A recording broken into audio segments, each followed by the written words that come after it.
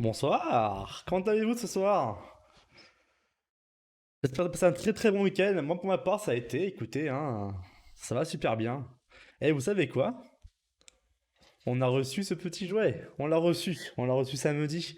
Donc on va pouvoir un petit peu voilà, l'analyser un petit peu, voir un peu ce qu'il fait et du coup s'en inspirer pour notre projet du coup, hein. Donc voilà. Pour rappel, on était jeudi sur la tentative d'analyser ça à travers un document. Il y avait une étude qui était faite sur ce document-là, euh, sur cette carte-là du moins. Mais on avait des petits doutes, pas des petits doutes, mais on avait du mal à comprendre certaines choses. Du coup, on l'a sourcé pour qu'on puisse nous-mêmes investiguer ces points-là. Donc on va du coup analyser ce que fait la carte, hein, un petit peu son comportement, comment elle fonctionne, comment sont câblés les composants entre eux. Donc on va faire ça ensemble. Et puis l'idée derrière, c'est qu'on puisse reproduire un petit peu ce qui a été fait dessus au sein de notre nouvel hardware. Je pense pas qu'on va durer toute la soirée sur ce sujet-là, donc on pourra ensuite commencer à saisir nos premiers composants, hein, pour notre voilà, développement, non pas développement, mais conception hardware, afin de démarrer justement la partie schématique et ensuite routage. Donc voilà, un petit programme tranquille ce soir, tranquille. Donc voilà, donc on va d'abord essayer de mettre en place une petite manip pour pouvoir tester ça. Donc j'ai sorti un petit Arduino pour facilement tester ça. Attends, je réfléchis à l'Arduino, mais du coup, c'est que la carte, elle est pas fonctionnelle, je crois, pour l'Arduino. Faut qu'on voit. Parce que je regardais, en fait, rapidement la carte. Et en fait, il s'avère qu'elle est un peu différente de ce qu'on aurait pu observer sur l'état de l'art. L'état de l'art, sur l'étude qu'on a pu croiser. Notamment, bon, on va un peu plus en détail tout à l'heure, mais en gros, il manque le LDO, donc le petit régulateur de tension, qui est absent, donc du coup, sur cette carte-là, qui figure dans l'étude. Alors j'ai pris ça assez rapidement, du coup, hein, j'ai pas fait gaffe forcément à ce qu'il y avait. Et effectivement, apparemment, elle fonctionne en 3 volts. Donc on verra comment on peut l'alimenter. Bah, on peut l'alimenter en 3 volts 3, hein. Mais il faut voir après côté ADC ce qu'on peut faire avec le Raspberry Pi pour peut-être. Bon, on verra. Ça sera l'idée. Donc on va manipuler un peu ça, tester un petit peu, et puis on va pouvoir, donc au contraire, tester son sur l'IM stabilisé, et puis avec l'oscillo, essayer d'observer des choses. Cependant, on ne pourra pas non plus observer tout, parce que j'ai un oscillo qui est pas, voilà, qui est pas qui a pas des pointes de test, des pointes de touche, des sondes actives, donc qui vont justement annuler l'effet de la sonde sur le point de mesure.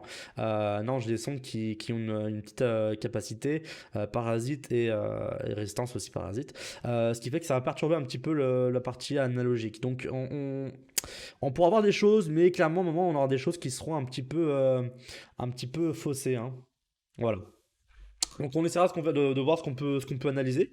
Et puis on commencera aussi à regarder un petit peu, à retracer un petit peu ce schéma, un petit peu de fonctionnement de cette carte-là. Donc on verra les relations, les points de contact, etc. entre chaque composant pour commencer à tresser un petit schéma.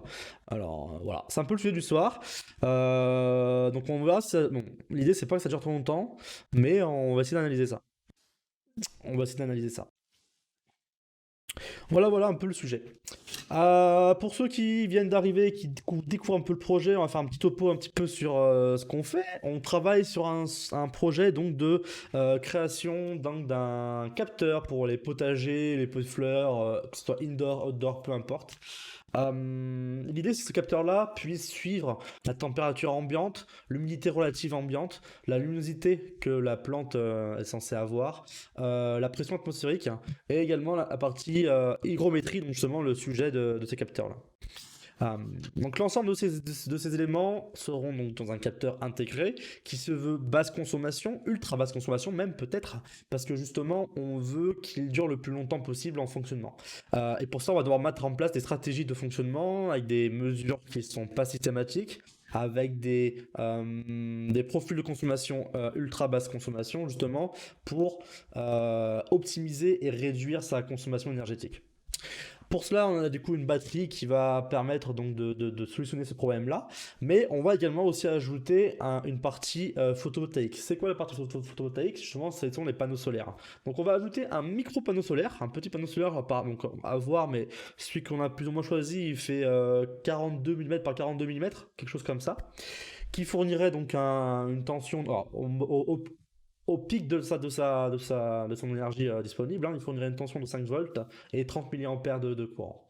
Donc ça permettrait de pouvoir recharger, du moins on espère, hein, on espère. Bon, les calculs font que oui, on va y arriver, mais on devrait recharger du coup la batterie pour justement combler la dépense énergétique de l'électronique due pendant la journée. Voilà. Parce que savoir que Prince solaire, il est actif que pendant 7-8 heures, hein, sachant qu'il y a même un pic pendant 2-3 heures, pendant le moment où le soleil est au zénith, hein, et après ça réduit drastiquement. Et encore plus, on est en indoor, donc justement, il faudra voir cet aspect-là. Mais l'idée, justement, c'est que ce panneau solaire subvienne aux besoins énergétiques donc des composants MCU, etc., etc. En plus de ça, notre capteur, c'est que c'est bien d'avoir un capteur, mais si on n'a pas d'interface ou chose comme ça pour pouvoir le visionner, eh ben c'est un peu dommage, on n'aura pas, voilà, pas d'éléments.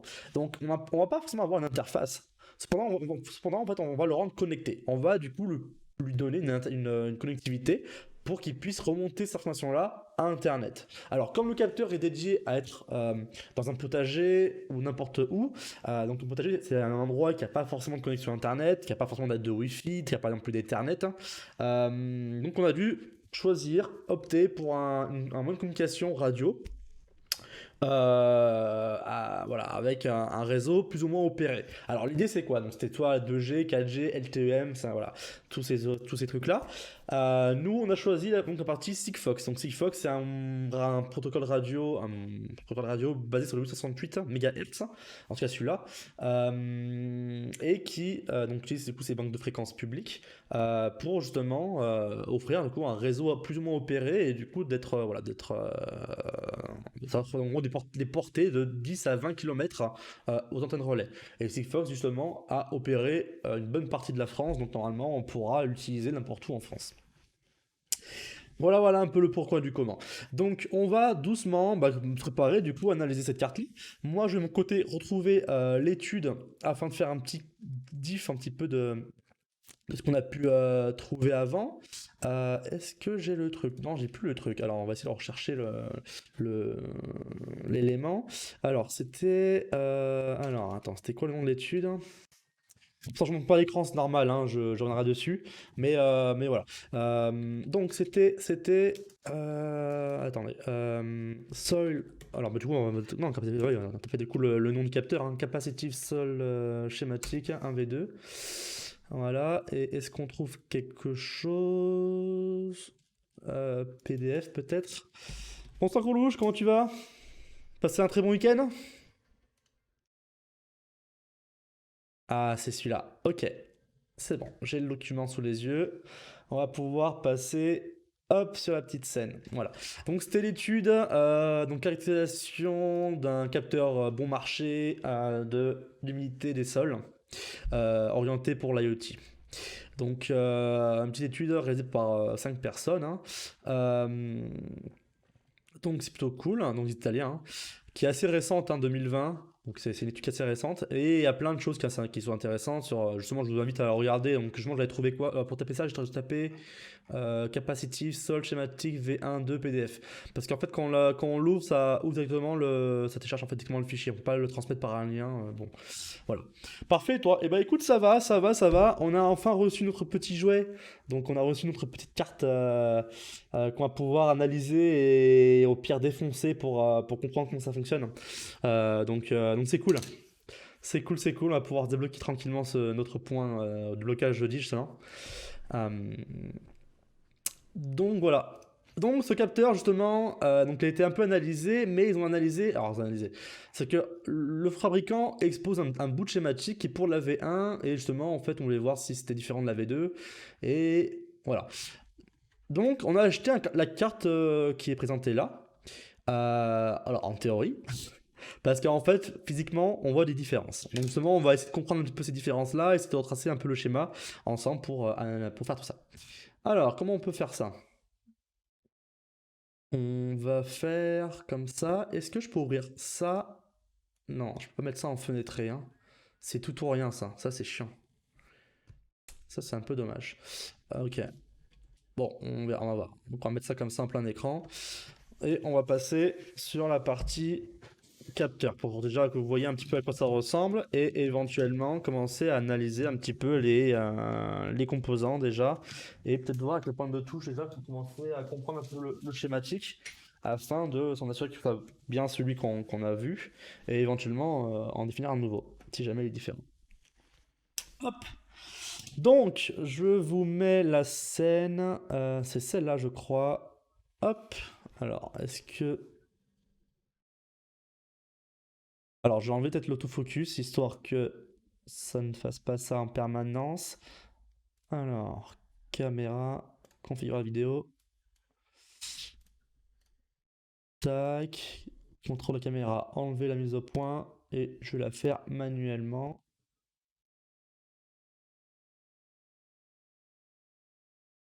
Ça me paraît pas mal, là.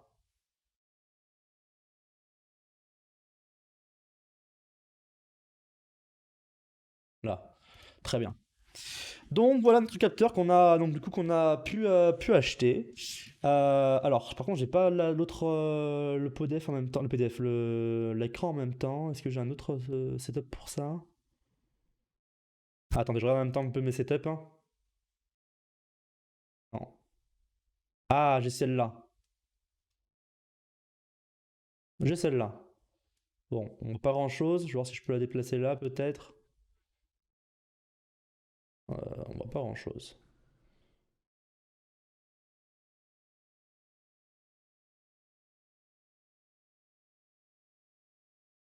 Non, on voit pas grand-chose, c'est un peu chiant. Bon. Alors déjà, on va essayer de bouger un peu la caméra pour que ça se mette un peu par là. Ah, par contre, ça se fait dans l'ombre. Ah oui, mais du coup, fait dans le coup dans l'autre sens, alors éventuellement. Ça, comme ça.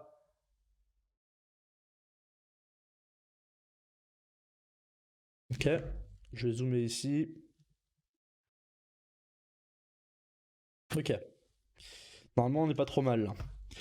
Donc déjà, alors je sais pas si vous voyez bien, mais non, il y a les reflets qui sont présents. Mais en fait, ici on a un boîtier SOT23. En gros, on a un boîtier avec trois pins et nous ici on a en fait une résistance. Donc en fait ils ont enlevé donc ce composant là, donc U2, hein, qui est censé être un régulateur linéaire, donc ce qui permet justement de convertir une tension en une autre et surtout de la baisser, hein, du coup. Et en l'occurrence transformer le 5 volts en 3 volts 3 ou en 3 volts. Et là du coup ils l'ont pas mis et ils ont mis une résistance. Une résistance je crois de 10 ohms. Euh, donc en fait, ils veulent apporter du 3 volts 3 grosso modo directement sur la carte. Donc ça veut dire qu'il faut alimenter la carte en 3 volts 3. Entre 3 volts et 3 volts 3. Attends, même 3 volts, parce qu'en fait, il faut vérifier du coup le composant, ce qu'il accepte lui. Mais voilà, en tout cas, il faut fournir exactement la tension que demande U1. Donc on va voir ça, on va essayer de voir ce qu'il lui faut. En tout cas, voilà, déjà la première différence, c'est que la carte n'est pas fonctionnelle à 5 volts, elle fonctionne en 3 volts 3. Entre 3 volts et 3 volts 3. Deuxième chose aussi qu'on voit, c'est que la capa qui est ici, elle est un peu foireuse, hein. Je sais pas si vous voyez bien. Ah non, mais du coup, je voyais pas ok.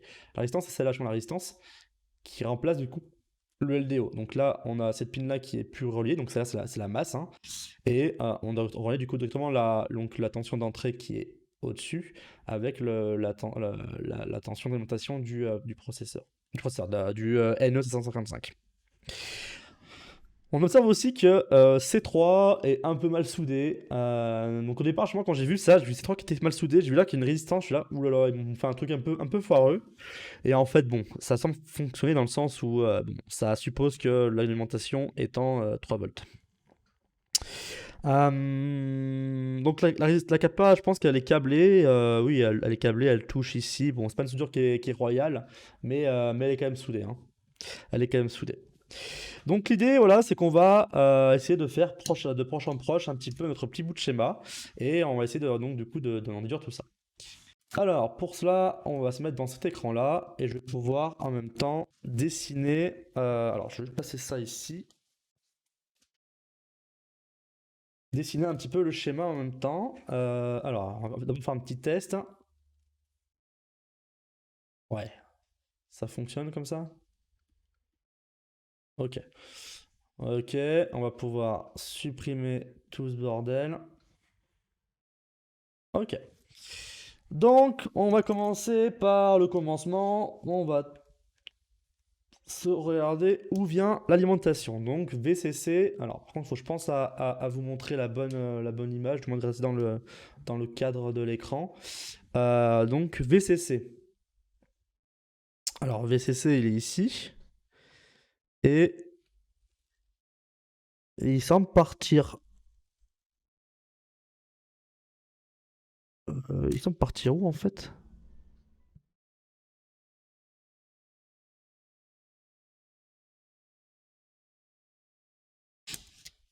Alors, attendez, on va voir.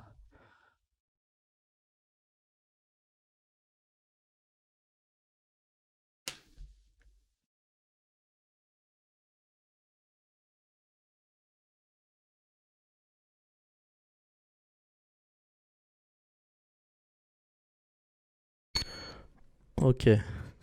Donc là, on a VCC et cette résistance-là qu'on va appeler, pas U2, mais du coup qu'on a, voilà, on va appeler ça quelque chose, je sais pas, on va voir. Donc on a déjà notre connecteur. Bon, attends, non. Ouais, bon. On a donc la pin 2 qui est VCC. Je sais pas si vous voyez bien, mais non, c'était un peu pas de mouche là. On va peut-être faire un peu plus gros, quitte à en faire plusieurs éventuellement de schémas. Donc là, on a VCC, on a GND, donc on va peut-être inverser, on va mettre GND ici. Et on a, ils appellent ça AVOT. AVOT, je sais pas. Ok. Donc, on a notre petite tension là, donc notre VCC. Donc notre VCC, donc on va le symboliser, tac, on va l'appeler comme ça, VCC. Et notre VCC, on le reprend ici.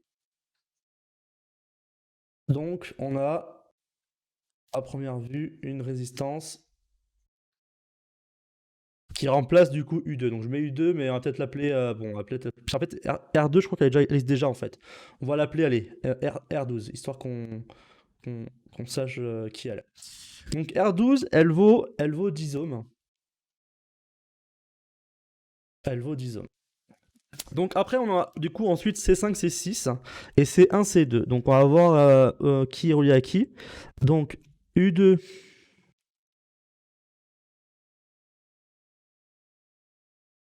Ok, U2 est relié à C5 et C6 en amont. Ok, donc là, on a deux kappas. Alors ça, on ne sait pas en fait, hein, on verra. Donc on a C5 et C6. Les valeurs, je sais pas, je sais pas, je peux pas mesurer pour l'instant, mais on va voir. Alors, je vais juste effacer ça. Est-ce que j'ai une gomme petite éventuellement? Il veut pas. Ah non, c'est là-haut, pardon, qu'on choisit la taille. Ok.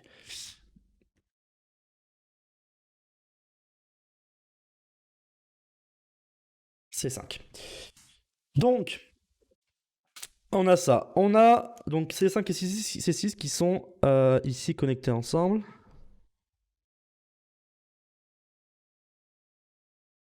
Ok. Là, elles sont reliées ensemble, sûrement. Alors, attendez. Le problème, c'est que j'ai pas des bonnes de pointes de test, hein. Pointes de touche, pardon.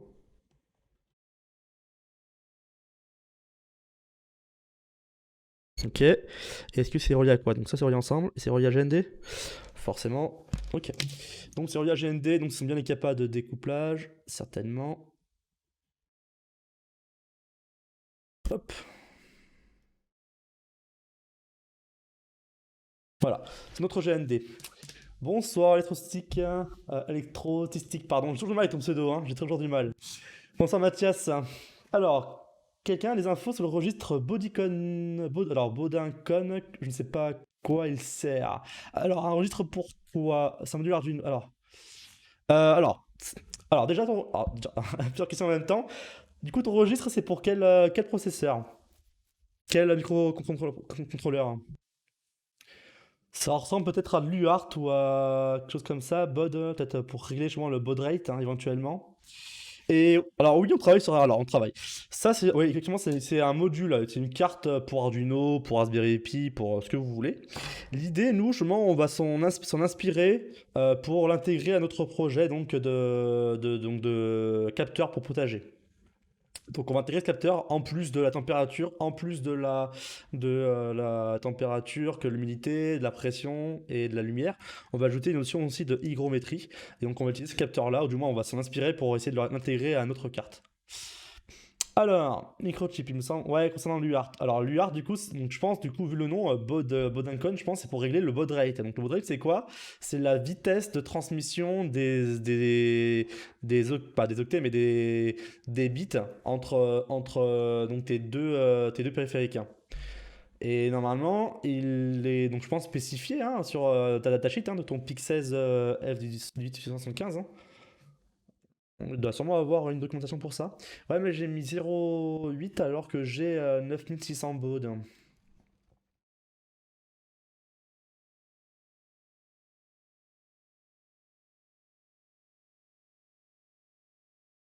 Alors attends, bon, en fait, je connais pas du tout de tête hein, les registres. Hein. Vas-y, on va regarder ça rapidement. Hop. Alors, tu me dis quoi? Le pic, combien du coup? 16F, 18, 875. Oui, oui, bah, je pense que le bordel contrôle, ouais, c'est ça. Bah, en tout cas, le nom laisse sous-entendre ça. On va regarder ça. Donc, baud 1 con. Alors, je baisse un peu le son, par contre, il est un peu fort, la musique. Hop. Alors, baud 1 con, il est où du coup? Tac, tac, tac, tac, tac.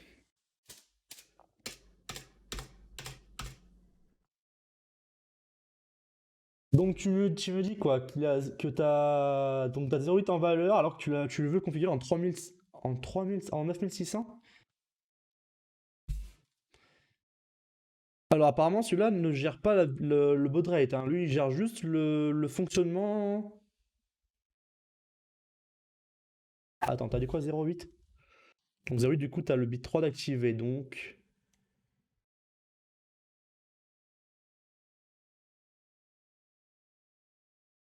en gros, j'ai une interface qui me permet de choisir directement le baud rate, puis mes registres se créent tout seuls. Ah, avec MP-Labix? Ok. Mais je ne comprends pas et je dois l'expliquer. Ah!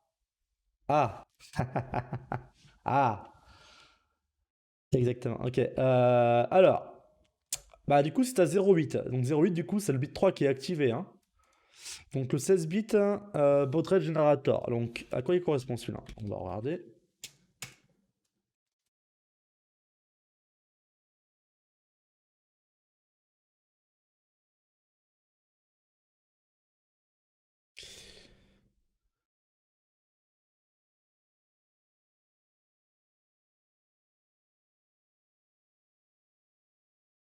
Donc là, tu as ta fréquence. Tu sais ta fréquence de clock ou pas?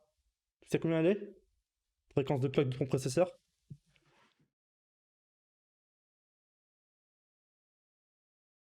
Attends, on va faire ça. On va passer en mode.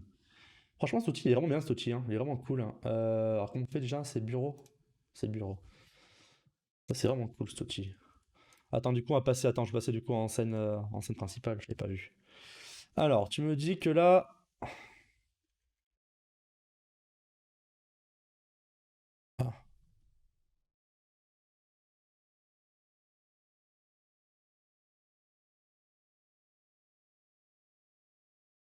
4 MHz. Est-ce que tu sais la valeur de ton.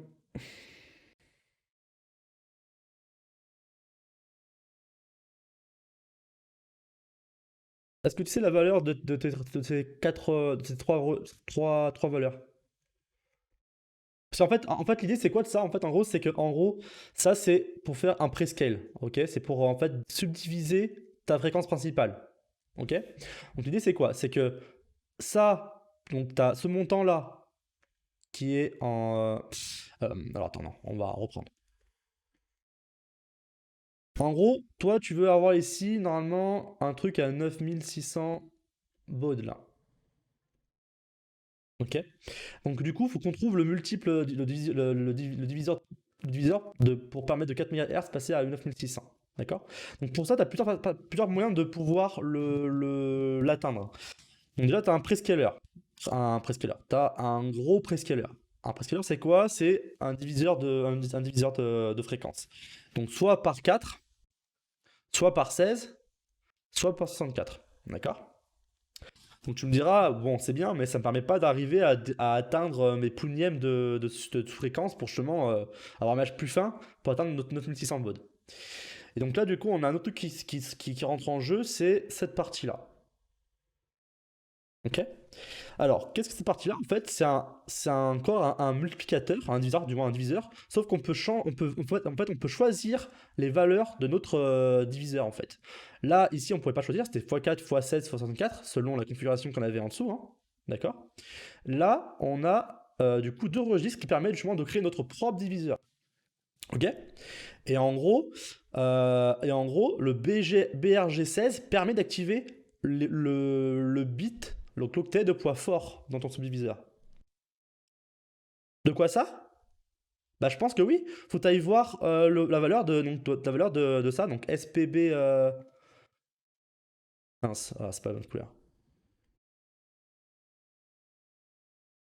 Faut que tu regardes la valeur de ça et ça. Normalement, ils sont sûrement ils ont sûrement, ils sont sûrement déclarés du coup, hein.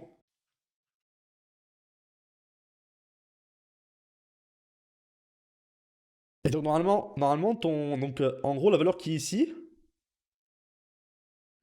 ici, c'est du coup SPXBRGH fois 256 plus SPXBRGL. Donc c'est ça fois 256 plus celui-là. Donc tu as SPB1BRGL, donc tu as ça à 103. Et tu as SP1BR. Ah non, mais SPI1. Attends, attends. Ah oui, pas contre pour lui, attends.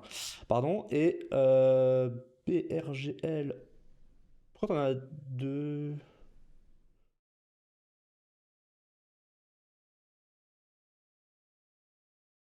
Attends, ouais, je veux bien, ouais.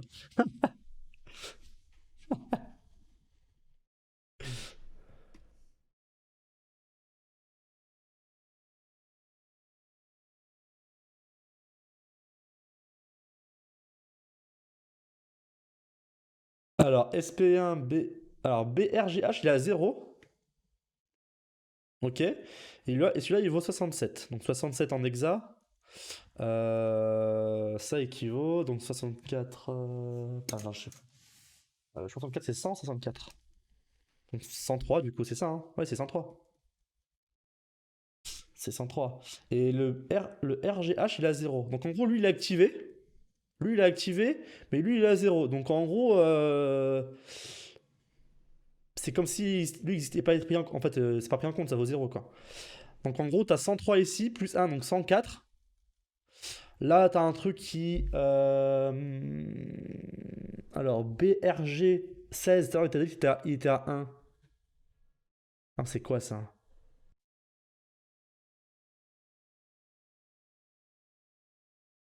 Attends, ça, je comprends pas trop la table en fait.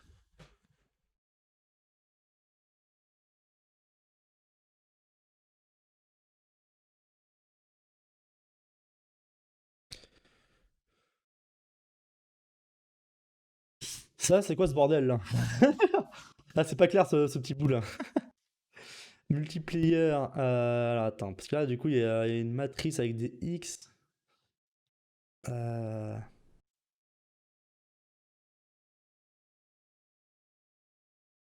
Après, j'ai ça. TX1, ESTA. Non, ça, c'est pas ça maintenant. Non, je pense pas que ça sert pour l'instant. Ah, attends, je vais effacer tout ce que j'ai écrit là. Et on va regarder un peu plus dans la datasheet ce qu'il y en est. Donc, ah, attends, il y a deux. Ah, attends, je suis sur lequel transmit bloc, receive bloc. Bon, ça change rien, hein, c'est la partie. Ça change rien. Alors, on va regarder ce qu'il nous dit un peu plus en bas, peut-être. Oula, je suis allé un peu vite, non. Le X, alors pour être en x4, il faut 5 à 1 ou BRGH. Alors attends, si on reprend le graphe.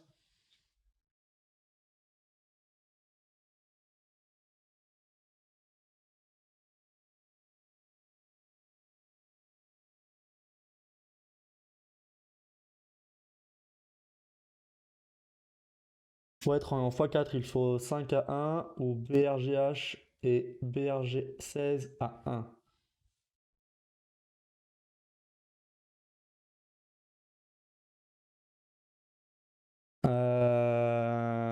Ouais. Ouais, mais en fait, en gros, je me pose la question, est-ce que ça peut être... Est-ce qu'en gros, il y a un cas où il y a des recouvrements? Non, il n'y a pas de recouvrement possible. Ok, ouais, non, c'est ça, ok. Ok, ok. Donc, non, c'est ça. Donc, il faut...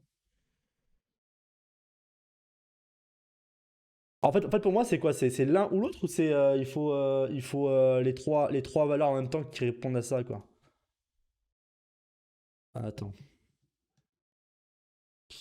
Le X, je pense que c'est quand on s'en fout. Non, oui, c'est ça, le X, c'est quand on s'en fout. Mais en fait, j'ai du mal à savoir si le x4, pour avoir le x4, il faut avoir les trois conditions en même temps, ou bien juste une seule suffit, en fait.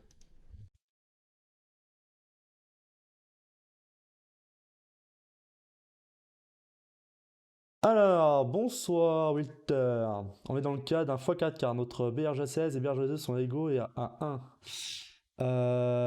BRGH et BRG16 sont égaux à 1.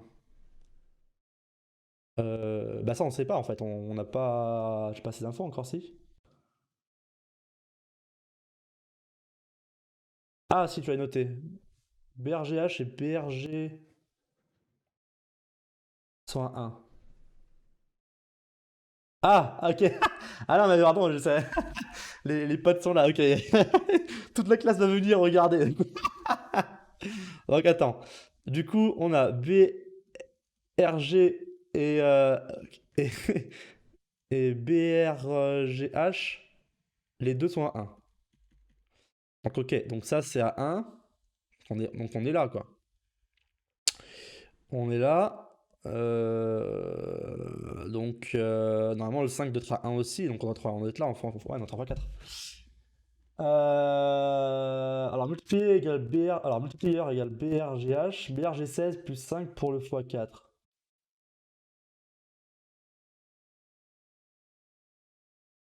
Alors multiplier égale BRGH. Ah, pareil, je peux pas regarder en fait la datasheet, donc je sais pas. Alors, pour le x4. Donc toi tu dis que ça et ça pour le x4.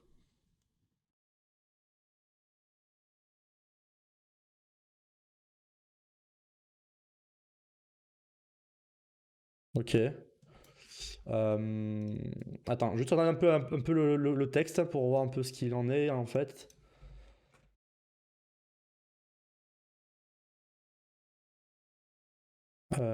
Tac, tac, tac.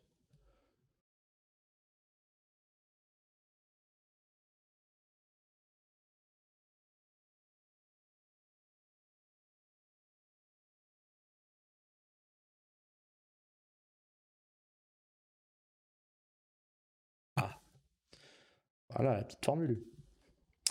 Alors, non, j'ai écrit un algèbre de boule. Ah, pardon. Ah oui, pardon, excuse-moi, j'ai pas forcément fait gaffe. Ok, pardon. Ça fait un petit moment que je n'ai pas pratiqué, franchement, l'algèbre de boule. Je peux faire ça fait un moment que je suis plus à l'école. Moi, le et, hein, c'est le et commercial. Hein. Bon, pas comme ça, mais bon, c'est pas non plus une clé de sol non plus. Hein, mais bon, il est où le et commercial? Je sais même plus le faire. Quoi. Voilà.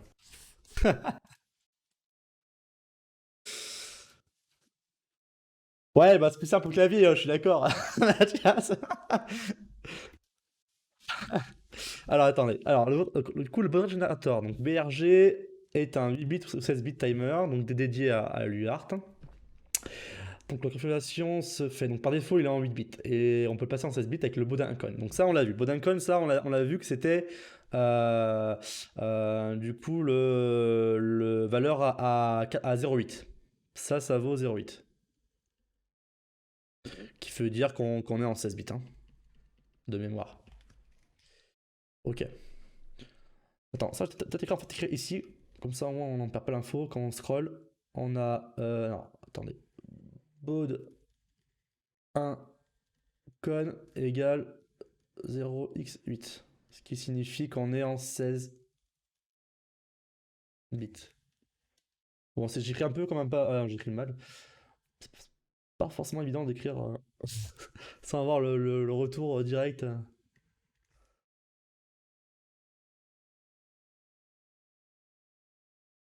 Ok. Donc ça, c'est bon. Ensuite, alors, the SPBRH et GL Register, ok, pair, donc lié, détermine la période donc du timer, ok. Donc ça, je pense, c'est les deux registres qu'on configure et qu'on peut activer celui-là à travers le BGR 16, hein, normalement.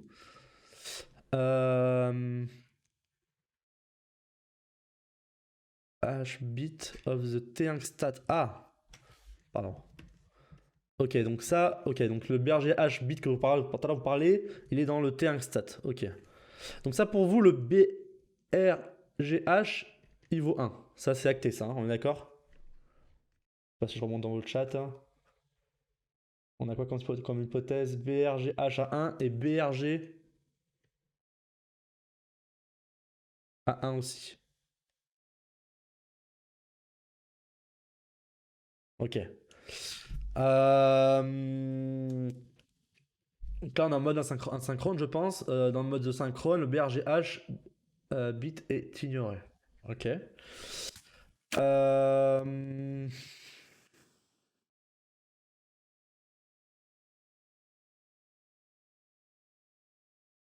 On est sûr du coup d'autres fréquences du coup? Ouais, si, 25 si ça ressemble beaucoup. Le 103, ça ressemble. Donc là, si t'as 4 mégas ici, du coup, le X, il vaut 4 mégas, donc 4000, 4 millions. Baud rate 9600. Ce qui donne, donc là, on a 4 millions. Alors, on sort la calculatrice. 4 millions divisé par 9600 divisé par 64. Euh,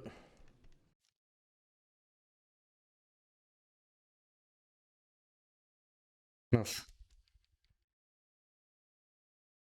9600.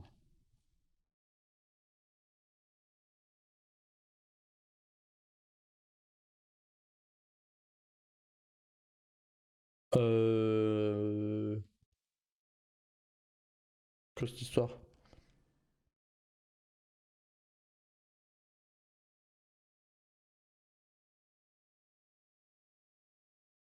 Alors moi je trouve 5 et demi, si je me trompe pas.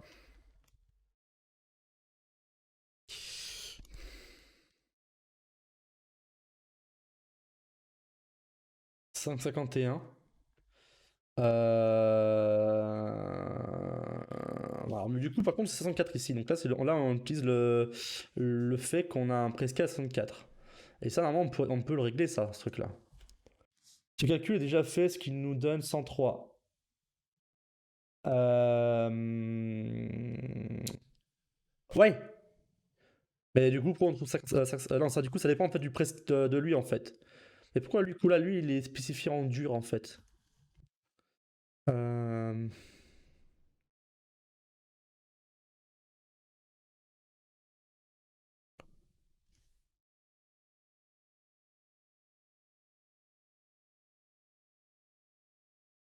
Parce qu'en fait, non, je suis d'accord avec vous. En fait, ça c'est bon si en gros on est genre du coup là faut par 4, du coup en gros là, en gros là on a 16 quoi.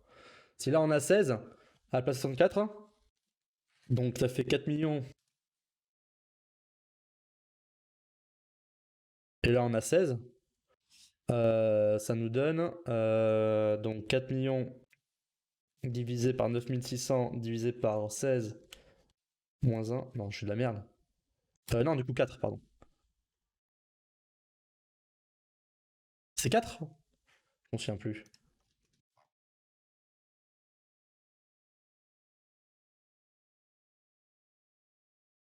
4.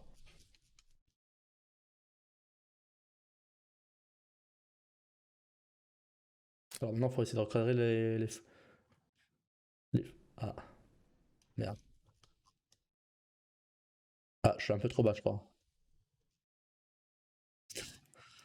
Je voulais réaligner les textes avec la formule, mais du coup, je suis allé un peu trop vite et c'est un peu galère en fait, le cran et.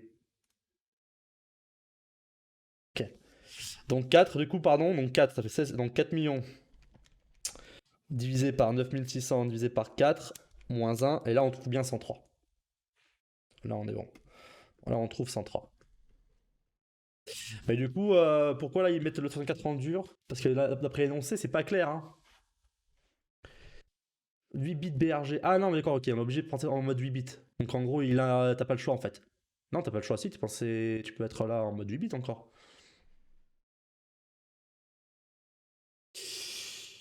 Quand on met 9600 baud et 4 MHz. Ouais, ouais, c'est bizarre ça en vrai, c'est peut-être qu'on donne pas la bonne fréquence. Non, non, c'est bien bon, hein, regarde, voilà.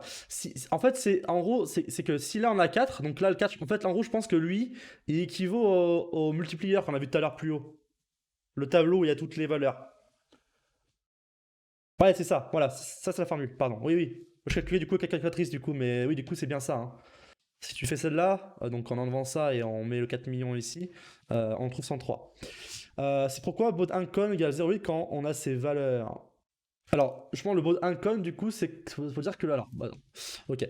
Donc la question, c'est pourquoi baud incon vaut 100, 100, il vaut 0,8. Baud incon, on a vu tout à l'heure, c'était pour c'était le bit de BRG16, hein, je crois, hein.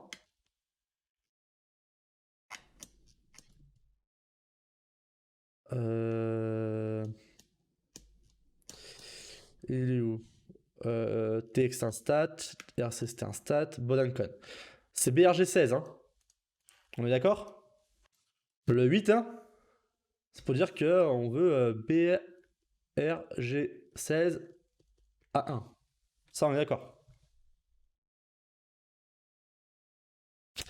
Donc, donc ça veut dire qu'on active le 16 bits générateur. Mais par contre, euh, je pense que ça sert aussi à autre chose.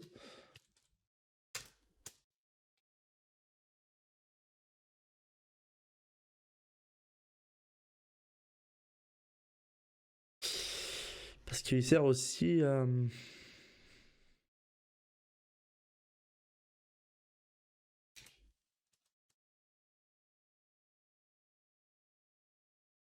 Alors, utiliser register pair, bien speed to achieve the desired baud rate. Alors, on va voir ça. Attends, on va regarder un peu à lire. Du coup, on est en x4. Ouais, du coup, vous êtes en x4. En fait, pour que ça fonctionne, vous êtes en x4. Mais attends, on va essayer de voir pourquoi vous êtes en x4. Bah, en x4, du coup, ça fonctionne, hein. Mais en fait, l'idée, en gros, c'est que plus vous avez un multiplier élevé avec les deux registres SPB-RGH et SPB-RGL, c'est que du coup, là, dans une valeur plus grande, et en fait, du coup, vous pourrez plus jouer cette valeur-là pour affiner justement l'erreur. En fait, il faut que l'erreur que vous ayez soit la plus petite possible. Parce qu'en fait, en UART, la synchronisation des clocks se fait bah, justement sur le signal qui est transmis. Donc, si le signal a une clock trop dégueulasse, et bien l'esclave ne saura pas forcément vous interpréter derrière. Donc, il faut qu'on ait cette erreur la plus petite possible en UART. Et 0,16, c'est OK, quoi. Euh, mais du coup, le BRG1. Alors là, typical baud rate, un error value.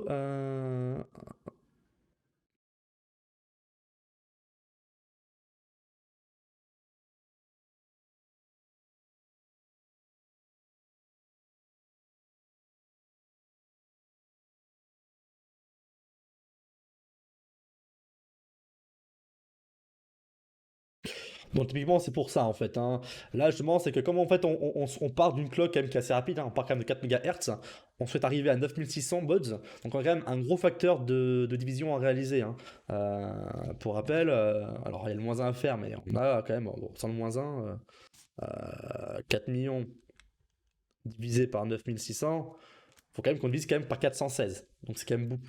Donc justement, on doit activer. Ah, ben, pourtant, c'est que pourtant non, parce qu'on est quand même inférieur à 255. On est à 103. On est inférieur à. On remplit pas le bit de poids fort. Alors attends.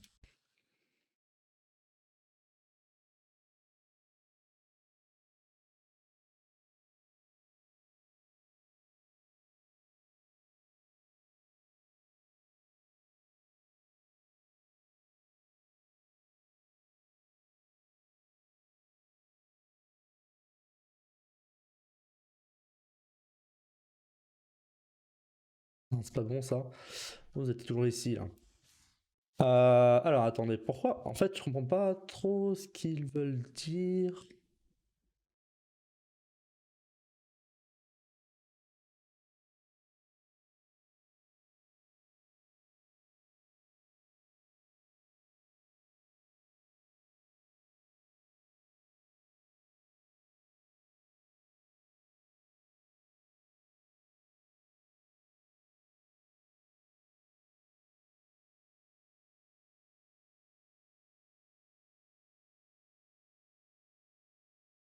En fait, pour moi, c'est à cause du tableau, hein. C'est le tableau qui nous donne le x4, mais pour contre, je comprends pas trop le. En fait, je trouve pas très clair ce tableau. Pourquoi il y a deux colonnes et que vaut ces deux cases en fait?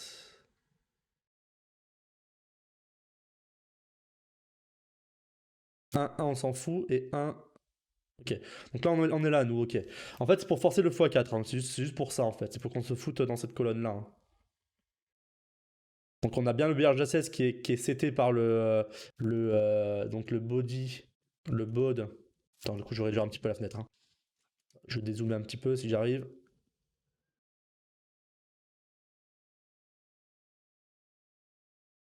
Bon, ok. Je vais effacer. Ah, ah, c'est ma main qui était. Non, mais. Ok. Donc, c'est bien cette colonne-là qu'on a en fait. Donc le BRG16, il est seté par le. On a vu tout à l'heure par le bod Incon. Ça, on l'a vu. Du coup, alors c'est sur 16 bits. Les premiers 8 bits, on s'en fout. Et après les autres, on a un 5 je sais pas par contre.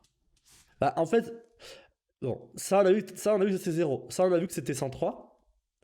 Et en fait, lui, en gros, c'est lui, en fait, hein. Donc, on set déjà ce bit-là pour lui. Et BRGH, on a vu tout à l'heure on a dit tout à l'heure qu'il valait 1. Qui valait 1, là, pardon.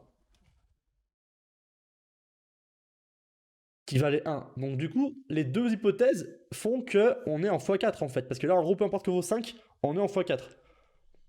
Le 5 est utilisé pour dire si tu es en synchrone ou asynchrone. Oui, oui, c'est ça. C'est pour dire que, en gros, tu peux être en Neusart synchrone ou asynchrone, en fait. T'as les deux fonctionnements. Donc voilà, donc là avec ça normalement t'as tes éléments pour expliquer pourquoi t'as ici, en gros t'arrives à avoir un 9600 volts là. Ouais.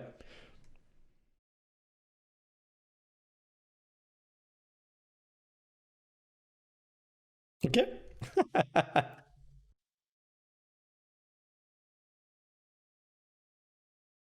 En fait c'est juste voilà, en fait c'est juste pour configurer, pour avoir ce x4 et après avoir la valeur de notre du, du subdiviseur. Bah c'est plus clair, bah je sais pas, en tout cas j'avoue que en fait pour moi le tableau était pas forcément très clair en fait. Je comprenais pas pourquoi il y avait deux colonnes en fait possibles pour faire le x4. Mais en fait oui, bah oui, c'est possible en fait. C'est possible. Mais ok, cool.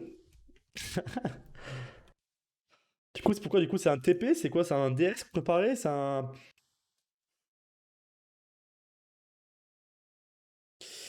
Alors, on va revenir du coup à nos moutons. On était sur lui.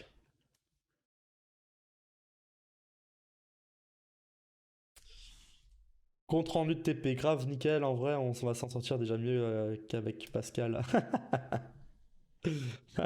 Ah, ok, ok. Ça marche. Ça marche. Bon, du coup, on retrouve nos petits. On était sur ça à la base. Non, on était même sur ça.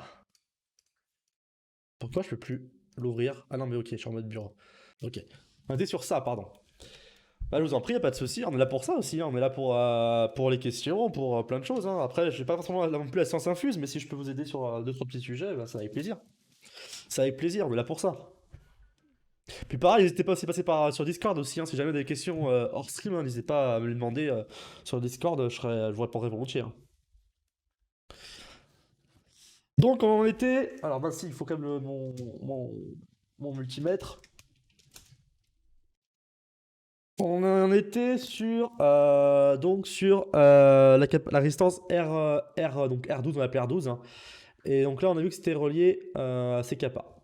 Donc maintenant, on va essayer de voir comment il est relié l'IC, donc le NE555. Alors, vous savez quoi? Tu fais quoi? Toi, tu retrouves le schéma de ton composant? Ouais, en fait, là, je suis en train de retracer un peu le schéma électrique de cette carte, hein. Pour être sûr de voir comment il fonctionne et du coup, d'ailleurs, pouvoir le reproduire en vrai. Voilà. Parce qu'en fait, en gros, on veut faire un capteur avec plein de capteurs et dont un capteur d'hydrométrie pour pouvoir monitorer les plantes d'un potager ou d'un pot de fleurs, voilà, ce que tu veux. C'est l'idée du projet sur lequel on travaille. Donc, donc maintenant, on va essayer de voir sur l'IC, donc le N555, voir comment, où ça va, quoi. Ou bien, ah non, je vois là que les kappas ici sont reliés à ici. Donc on va regarder ça. Effectivement, ça sonne aussi. Donc, ce pôle-là de C2 et ce pôle-là de C1 sont reliés à ce pôle-là de la résistance. Donc, ils sont sortis de la résistance. Ok? Est-ce que ils sont reliés ensemble? Oui, c'est qu'il n'y a pas de découplage. Ok. Et elles vont où? Est-ce qu'elles vont à la masse? Elles vont à la masse. Ok. Tu as fait quoi? Eh ben, le Simon, il est là, Simon. Je sais pas si tu le vois, mais il est là. Le Simon, il est là. Il est là, le Simon, il tourne. Alors, je fais quoi comme étude? J'ai fait donc bac S pour commencer, et après j'ai fait l'INSA de Strasbourg, donc école d'ingénieur avec prépa intégrée. Donc du coup, j'ai fait la prépa intégrée et après j'ai fait du coup l'école d'ingé qui en découlait. Donc 5 ans d'études, et puis voilà, voilà où j'en suis. Donc ouais, on a terminé le ciment, on a terminé, ouais. Et il fonctionne, hein.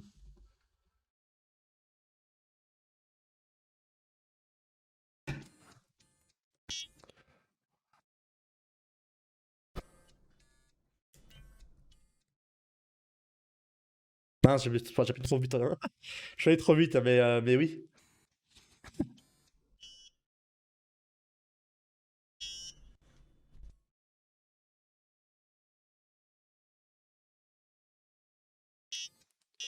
Mais ouais, voilà, il fonctionne. Il fonctionne. Donc ouais, il fonctionne bien.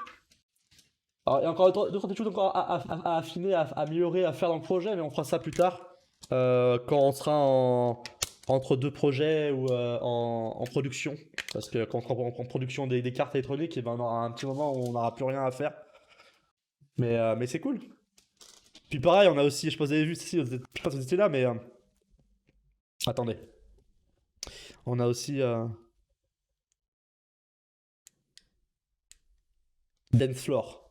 Je sais pas si vous voyez, mais c'est écrit Dance Floor. Et en gros, on a ça. Alors, je vais laisser un peu la musique, hein. Je vais me mettre en pause. Alors, attendez, hop.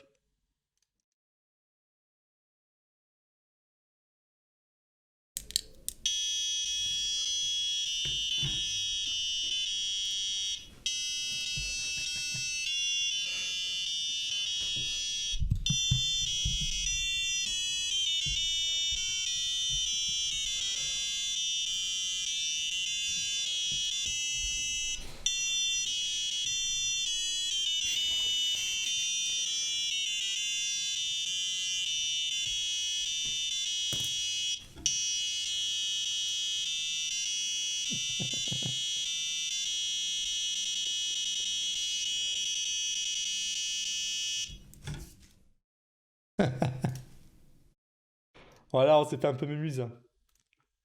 On a fait un peu mémuse avec le truc. Donc ouais, il est quasiment fini. Encore deux, trois petites choses encore à améliorer, mais on n'est pas si loin du résultat final. On n'est pas si loin.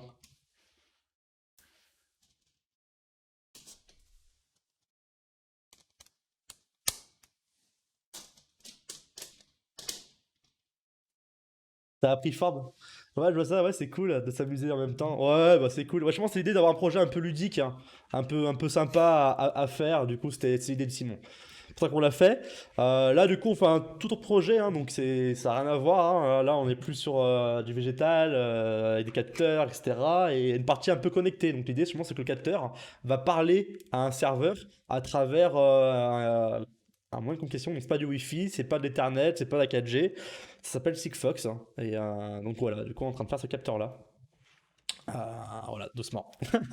Donc là, on est un peu au début du projet, hein, donc on verra un peu plus de choses d'ici 2 3 semaines, mais ça prend forme doucement.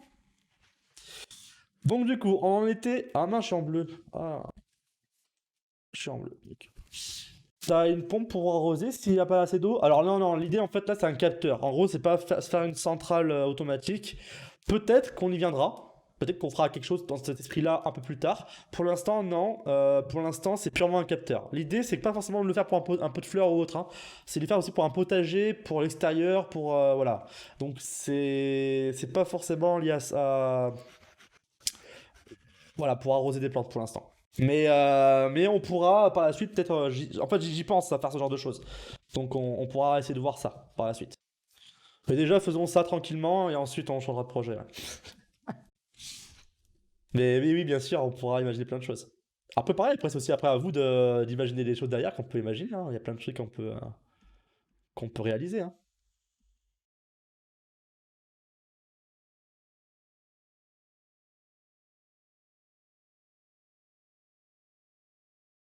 J'ai une pompe dans mon projet, elle était toute neuve, j'ai mal branché mon générateur, je lui ai foutu du 3 ampères, elle marchait bien, mais pas longtemps. Ouais, bah elle marchait bien, ouais. Tu m'étonnes, tu m'étonnes. Ouais, ouais, bah chose qui arrive, hein, attention. Bah, soit utiliser des drivers de moteurs dédiés, soit, ouais, faites polariser sur votre moteur, je sais pas, faites attention, ouais. C'est sûr qu'un moteur à courant continu, ben ça aime pas trop, quoi, d'inverser les... Bah quoi, pourtant si. Bah ça dépend en fait le moteur, quoi, mais ouais. Donc on a C1 et C2, donc je sais pas lequel est où, mais on a C1 et C2. Ok? J'avais pas vu pire erreur, ouais. Alors pour te dire, moi quand j'étais gamin, c'est à ce moment-là que les parents m'ont dit, lui, il va finir dans métronique, hein, c'est sûr, ou électricité, ou je sais pas trop. J'avais 4 5 ans, j'avais une boîte de mécano, quand je pense que j'ai eu ça pour un Noël, donc mécano, donc le jeu de construction en barre métallique et compagnie. Et à la base, je pense qu'il faut faire une grue. Donc il y avait tout un système donc, pour faire la structure et tout. Et il y avait une partie moteur, un moteur électrique hein, donc dedans. Et forcément, il faut des piles. Donc il faut des piles, donc à 4 5 ans, hein, il faut des piles. Donc tes parents en fournissent une fois, deux fois, trois fois, à un moment, les piles, elles en ont plus, quoi. Et, et du coup, j'ai eu la bonne idée, c'est que, bah, pourquoi avoir des piles alors qu'il y a le courant qui est à côté, il y a la prise à côté. Et, et oui, oui, oui, vous voyez venir la connerie, hein. Vous voyez venir la connerie, hein. Mais du coup, du coup, j'ai cherché une rallonge avec un interrupteur, quand même, je pensais à tout, hein, avec un interrupteur. J'ai mis mon moteur dans la prise électrique de ma rallonge et j'ai branché ma rallonge. Et hop, j'ai allumé l'interrupteur. Bon, ça fait disjoncter la baraque. Bon, le moteur non plus, il a pas tourné très vite. Ouais, à 5 6 ans déjà, ça commençait déjà à faire n'importe quoi. Mais les parents étaient en train de regarder la télé tranquille le dimanche après-midi, pépère. 5 ans ça va, ouais, mais ça va. Tu vois, à 5 ans, j'ai quand même eu la jugeote de choisir, de prendre quand même une multiprise avec un bouton, tu sais, un interrupteur dessus. Pour me dire, tu vois, au cas où si ça foire, bah au moins, tu vois, je mets pas la main un peu dans la prise, tu vois, je suis safe, quoi. Mais, mais ouais, ouais, j'étais un vrai cassos à ce moment-là. Mais bon, je pense que je suis pas le seul, hein.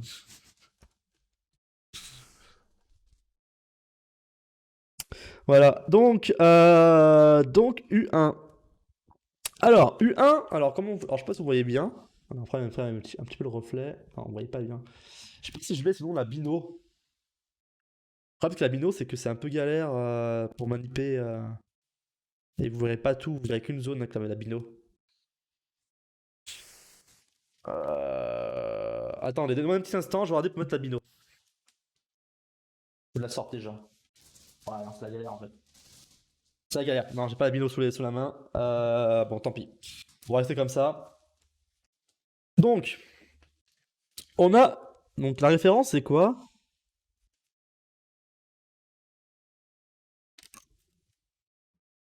NE155, il n'y a pas d'autre truc, ok.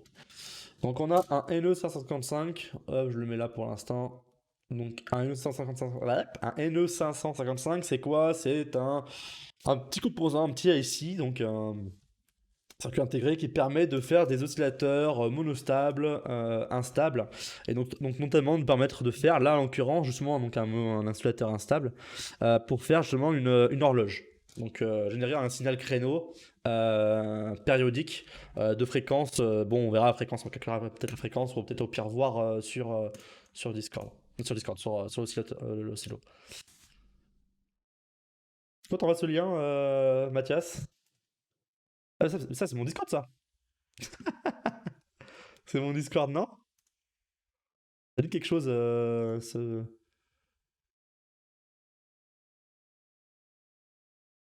Ah, ok, cool. Ah, ouais, franchement, n'hésitez pas à. Sinon, il y a aussi le point d'exclamation RS. Franchement, n'hésitez pas à rejoindre, ouais, à rejoindre Discord. Et puis, si jamais vous avez des questions, même MP, hein, si jamais vous voulez pas forcément le poster sur un channel en particulier. Alors, 5% le Discord il est assez pauvre, hein, mais moi, je suis assez présent. Donc, si jamais vous avez des questions, n'hésitez pas à la poster et j'essaierai d'y répondre. Ah, j'ai plusieurs qui m'ont déjà sollicité, donc n'hésitez pas, hein, n'hésitez pas. Ça sera avec plaisir. Donc, du coup, U1. Alors, c'est relié à quoi? Donc, on était là. On était là. Ça va relié ici. La pin 4.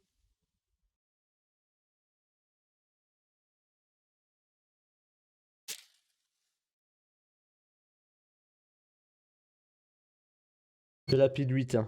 Ok. Ok, donc ta pin 4 et la pin 8. Donc, attends, juste aller voir sur la datasheet. Ah, pardon. Datasheet du composant. Du coup, on a du NE555. Datasheet. Est-ce qu'il y a le pin là du composant? Alors, on a dit quoi? 4 et 8, hein? Donc 4 c'est le reset. Alors je parlais s'il y avait une pull-up ou autre. Et 8 VCC. Ok, on est bon jusqu'à là pour l'instant. Alors on va compléter un peu le schéma. Alors du coup c'était. Non, c'était ça. 4 et 8. Donc on a ici notre composant qui est comme ça. Donc pareil, n'hésitez pas aussi non plus à follow la chaîne, hein. Pareil sur Twitch, hein, n'hésitez pas comme ça pour tenir au courant des lives, etc. C'est toujours important pour nous et pour moi aussi. C'est du coup c'est une bonne métrique aussi de savoir si le contenu plaît ou pas. Donc oui, n'hésitez pas à faire ça aussi. Donc ça c'est la pin donc VCC donc 8. On a aussi la pin 4. Ah merci. Alors attends, du coup c'est Wilter. Merci Wilter. Du coup, ah mince t'es caché. Attends, je vais te la remettre, ouais, c'est bon. Wilter, merci pour ton follow du coup.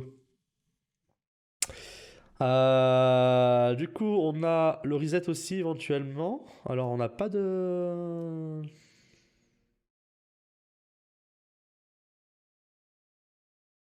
Une 4. Attends, c'est écrit en pas de mouche là, c'est pas beau ça. C'est un peu galère. Hop, on reprend.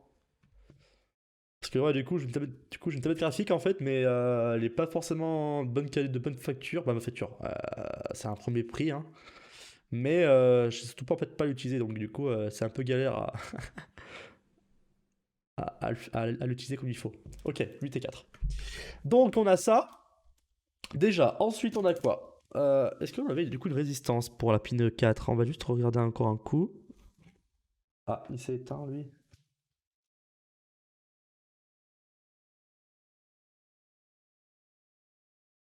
Non, il n'y a pas de résistance, c'est en direct. Ok.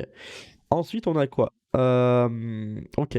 On a la pin 1, elle est reliée à quoi la pin 1? Alors attends, on va déjà peut-être voir un peu la datasheet aussi. CTRL H. La pin 1, apparemment, c'est GND. Donc on va peut-être vérifier que c'est quand même bien relié à GND.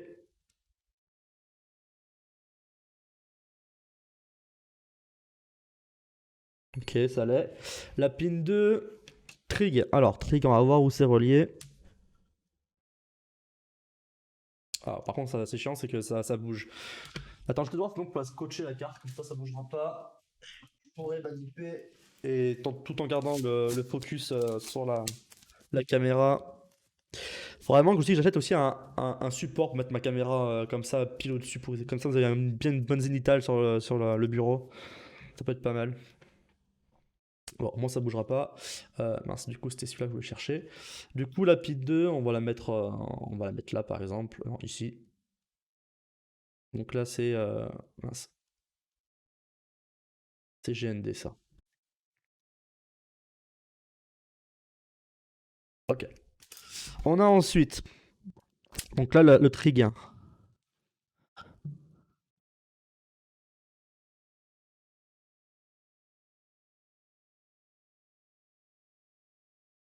Ok, donc la pin 2 là, alors je la mets ici pour l'instant, on verra après. Elle est reliée à R2. Donc là, il y a un truc R2 ici. Il y a beaucoup de maths en école d'ingé après la prépa où tu te rappelles plus trop. Ah si si, il y a pas mal de maths, hein. Il y a pas mal de maths. Après, il y a pas mal de maths. En fait, c'est que il y a pas mal de maths parce qu'en fait en électronique ou je sais pas après en école d'ingé, peu importe. Moi dans la filière, du moins dans l'électronique, hein, alors électricité puis après électronique, c'est qu'il y a pas mal de maths parce que justement il y a tout ce qui est les transformés de Fourier, ce genre de choses, qui demandent des mathématiques qu'on n'a pas forcément en collège, lycée et un peu avant quoi. Donc il faut qu'on ait davantage d'outils mathématiques pour justement comprendre ces concepts-là. Et voilà. Donc oui, on a quand même pas mal de maths. Et puis même, peu importe la discipline, hein, les maths, clairement, on va en avoir pas mal. Ouais. On va en avoir pas mal. Je déteste Fourier. Ouais, ouais, ouais, bah ouais. T'inquiète pas, moi non plus, ouais.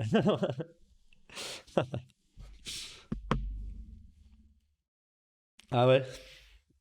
Alors je t'avoue que là, par contre, Fourier, ça fait un petit moment. Bon, moi, en fait, je suis un peu électronique, tu vois, je suis électronique, hein, mais je suis plutôt orienté quand même ça s'embarquer. Et Fourier, en général, bon, en fait, moi, j'ai fait un petit moment, j'ai pas eu de projet qui me demandait d'avoir du Fourier, quoi. Donc, je suis plus trop à la page sur ce sujet-là. D'ailleurs, c'est un truc que je ferais bien me remettre un peu dedans, mais ouais. Ouais, bah c'est ça, ouais, pareil, j'ai fait ça en fait. J'ai fait, bah, c'est pas appelé comme ça, mais moi, ça s'appelait système embarqué, mais oui, c'est la même chose. C'est la même chose. C'est la même chose. Alors, du coup, on a R2 là. Ah, attends, par contre, ça sonne tout à l'heure, mais peut-être ça sonnait pas, mais parce qu'il y avait peut-être une résistance. Peut-être mettre ça en kilos et on va voir. Donc là, il n'y a rien. R2 vaut 1,59 kg. R2 et R3 semblent s'être touchés ici. Et.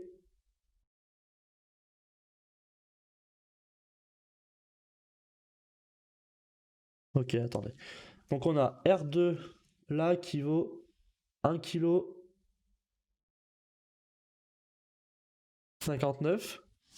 R2, R3 se touchent.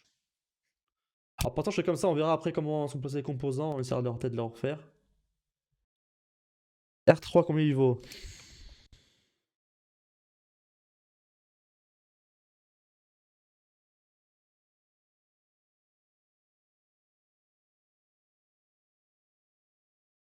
Ça a l'air de valoir 310, mais je suis pas sûr. Ah, c'est écrit dessus, hein. Ouais, tu 300, 330. 330 ohms.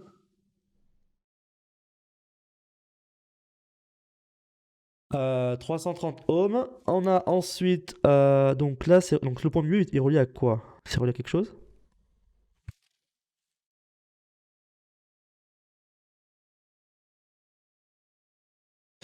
là d'avoir une VIA, pardon, je me coup de casse dans le micro là, je suis désolé. Euh, donc là, d'avoir une VIA. Alors attends, je vais juste regarder du coup la VIA où elle va. Euh, Il y a une VIA qui passe là et qui va ici. Et là, c'est quoi?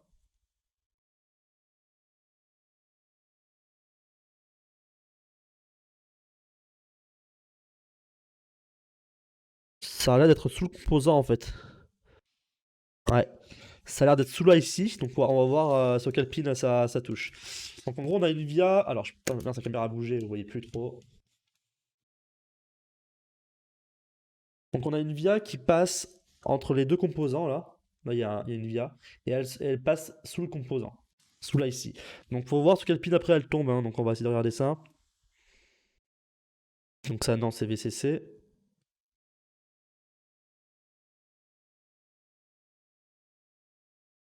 Alors là j'ai quelque chose peut-être ici. Là j'ai plus rien en résistance. On va être en mode... Ok. Ok, donc elle arrive à pin 7. Donc là j'ai un point milieu. On va mettre ça ici par exemple. Pin 7. Ok. Pin 7. Hop. Donc on a ça. Ensuite on a quoi? Donc ça va là. Il n'y a pas d'autres points qui sont reliés à lui. Non. En fait, j'ai peut-être un... Ah non, j'ai plus le trépied. Si. Voilà, ça sera peut-être un peu mieux pour voir ce qui se passe. On a quoi ensuite? La pin 3, elle est reliée à quoi? Alors ça, c'est quoi du coup? C'est les GND?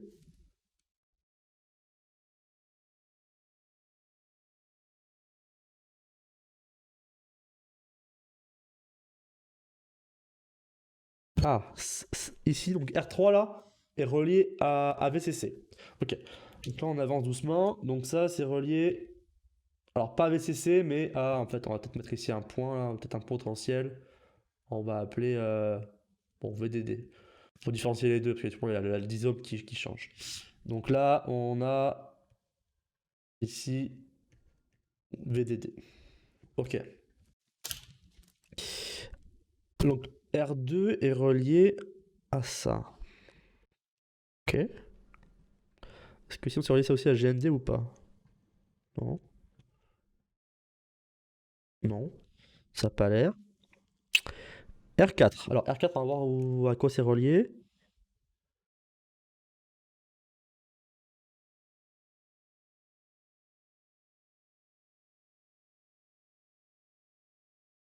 C'est pas relié à ça en tout cas. Donc c'est relié à quoi?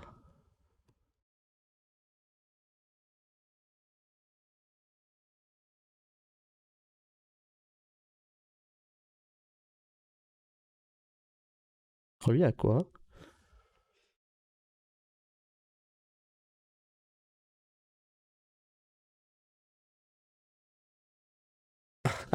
Ah, c'est pas évident là. R4 est relié à quoi? Ma GND? Ça a sorti? Non. Attendez, on va passer en mode calibre.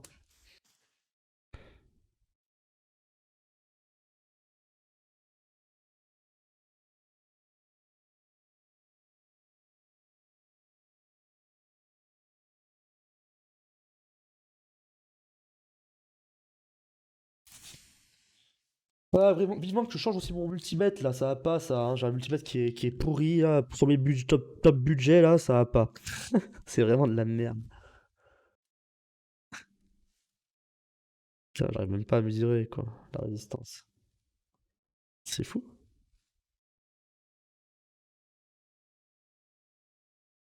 Ah, j'avais un point.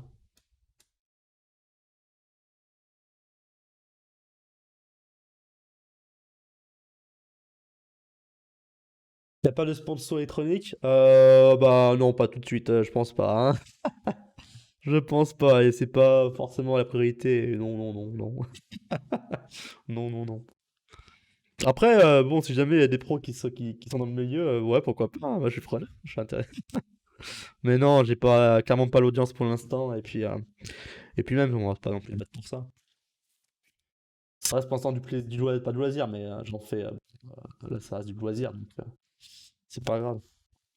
Mais oui, je compte investir dedans, je pense. J'attendrai peut-être Noël pour faire ça. Je vais voir. Bon, j'arrive pas à mesurer cette résistance là. Je comprends pas.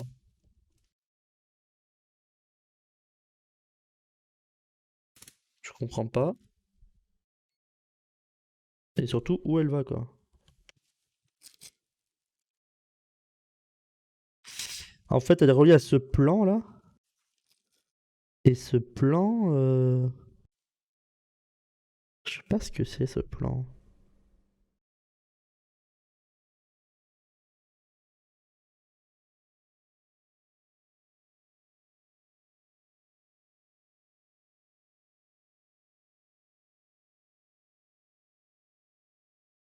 Euh... Ok, bon. R4 et C4 sont reliés ensemble par cette pin là. Ok.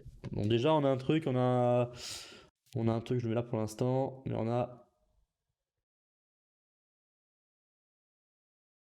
R4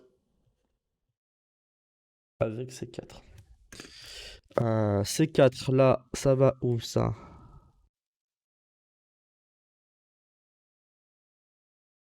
C'est relié à GND. Alors attention,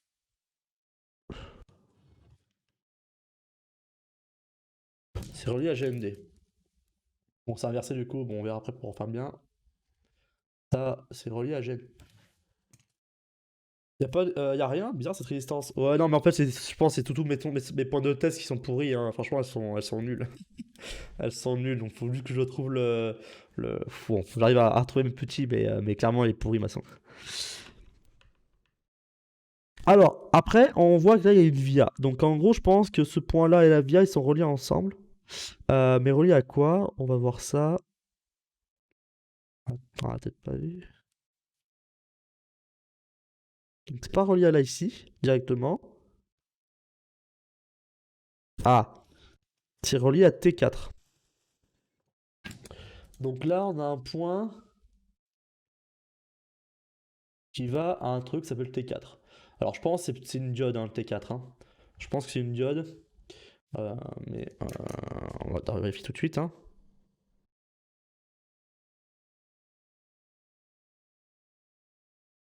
Donc là, ça passe pas.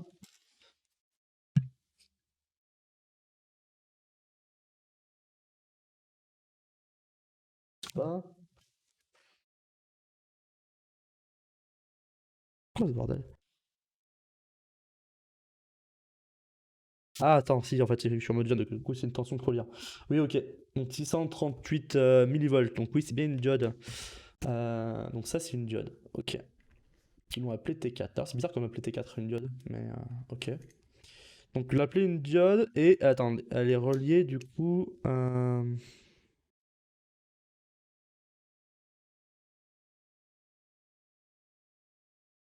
Ok, elle est reliée comme ça.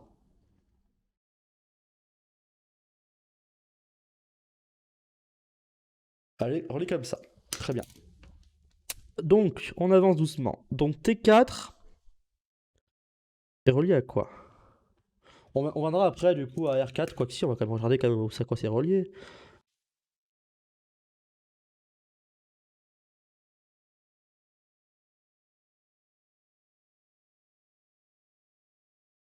Putain, il s'est éteint mon truc. J'ai plus de pile toi? Non mais s'il dit qu'il n'y a plus de pile, je l'ai changé il y a quoi, 3-4 mois, mais je l'ai pas utilisé depuis.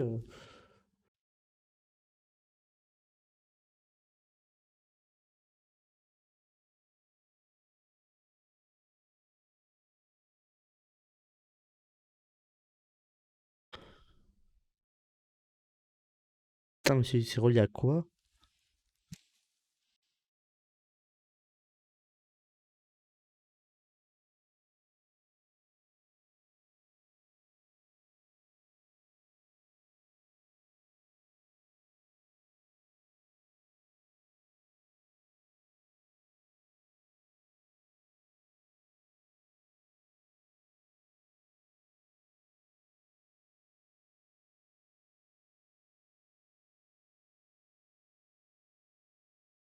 Ouais, je teste un peu tout, hein, mais. Ouah, c'est étrange. C'est étrange. Alors attendez.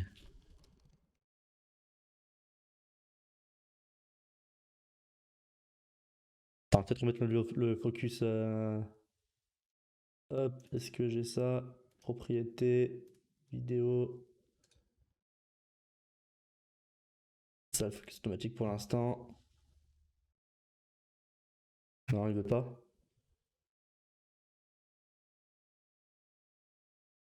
Non, elle veut pas. Euh,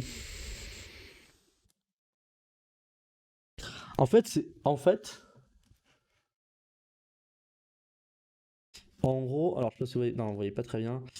Euh, En gros, donc cette résistance-là, elle est reliée à un plan qui fait tout ça, qui passe tout là, mais ils semblent reliés à rien en fait. Ils sont pas reliés, ils semblent pas être reliés à la sortie là, à Volt. Ils semblent pas être reliés à VCC. Ils semblent pas être reliés à GND, mais pourtant,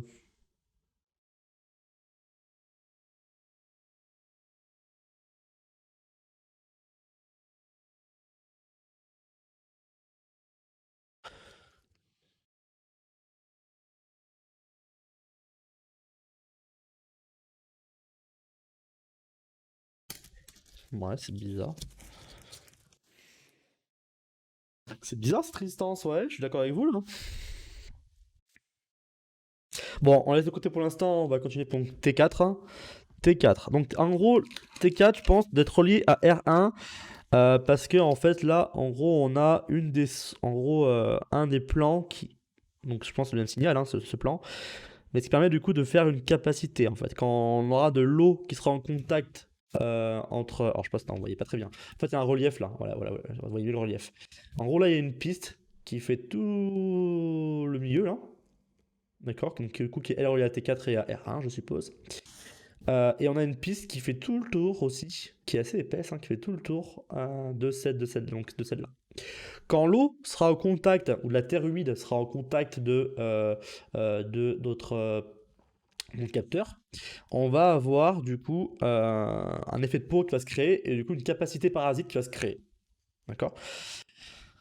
Cette capacité du coup parasite va ben, être dans le schéma, en fait, on va du coup la tracer, hein, mais elle va être réalisée et du coup venir entre T4 et R1. Donc je pense qu'on peut déjà commencer à mettre ça en place.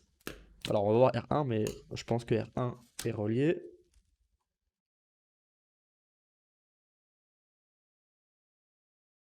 Ouais, ils sont bien reliés. Donc on a bien euh, ici. Alors, attends, je vais peut-être le refaire ici le truc. On va. Hop, attends, mais je crois qu'on peut le déplacer, je crois, le truc. Ah non. Ah! Ah! Ok.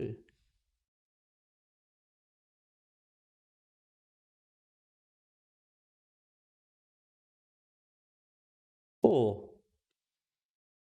Tout en même temps, le logiciel en même temps, donc je suis un peu. Je découvre. Alors attends, comment on peut faire le truc là pour sectionner. Sectionner une ouais. Ah! Ah! Ah, intéressant ça. Oh! Oh! C'est beau! Ok. Il est cool ce soft, punaise. Gratuit en plus. Donc là, on a une résistance. Je vais effacer un peu le milieu. On va refaire. Oula.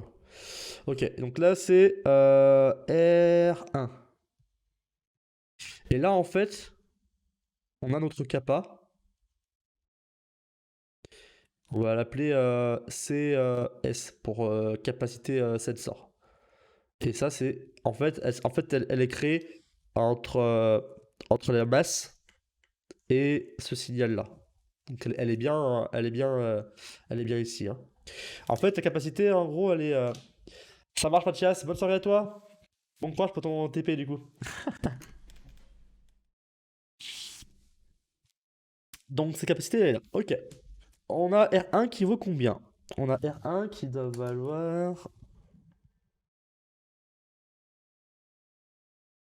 10 kilos.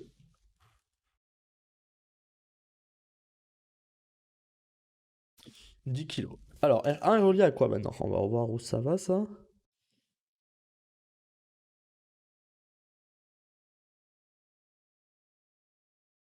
Mettre en mètre, en mode buzzer.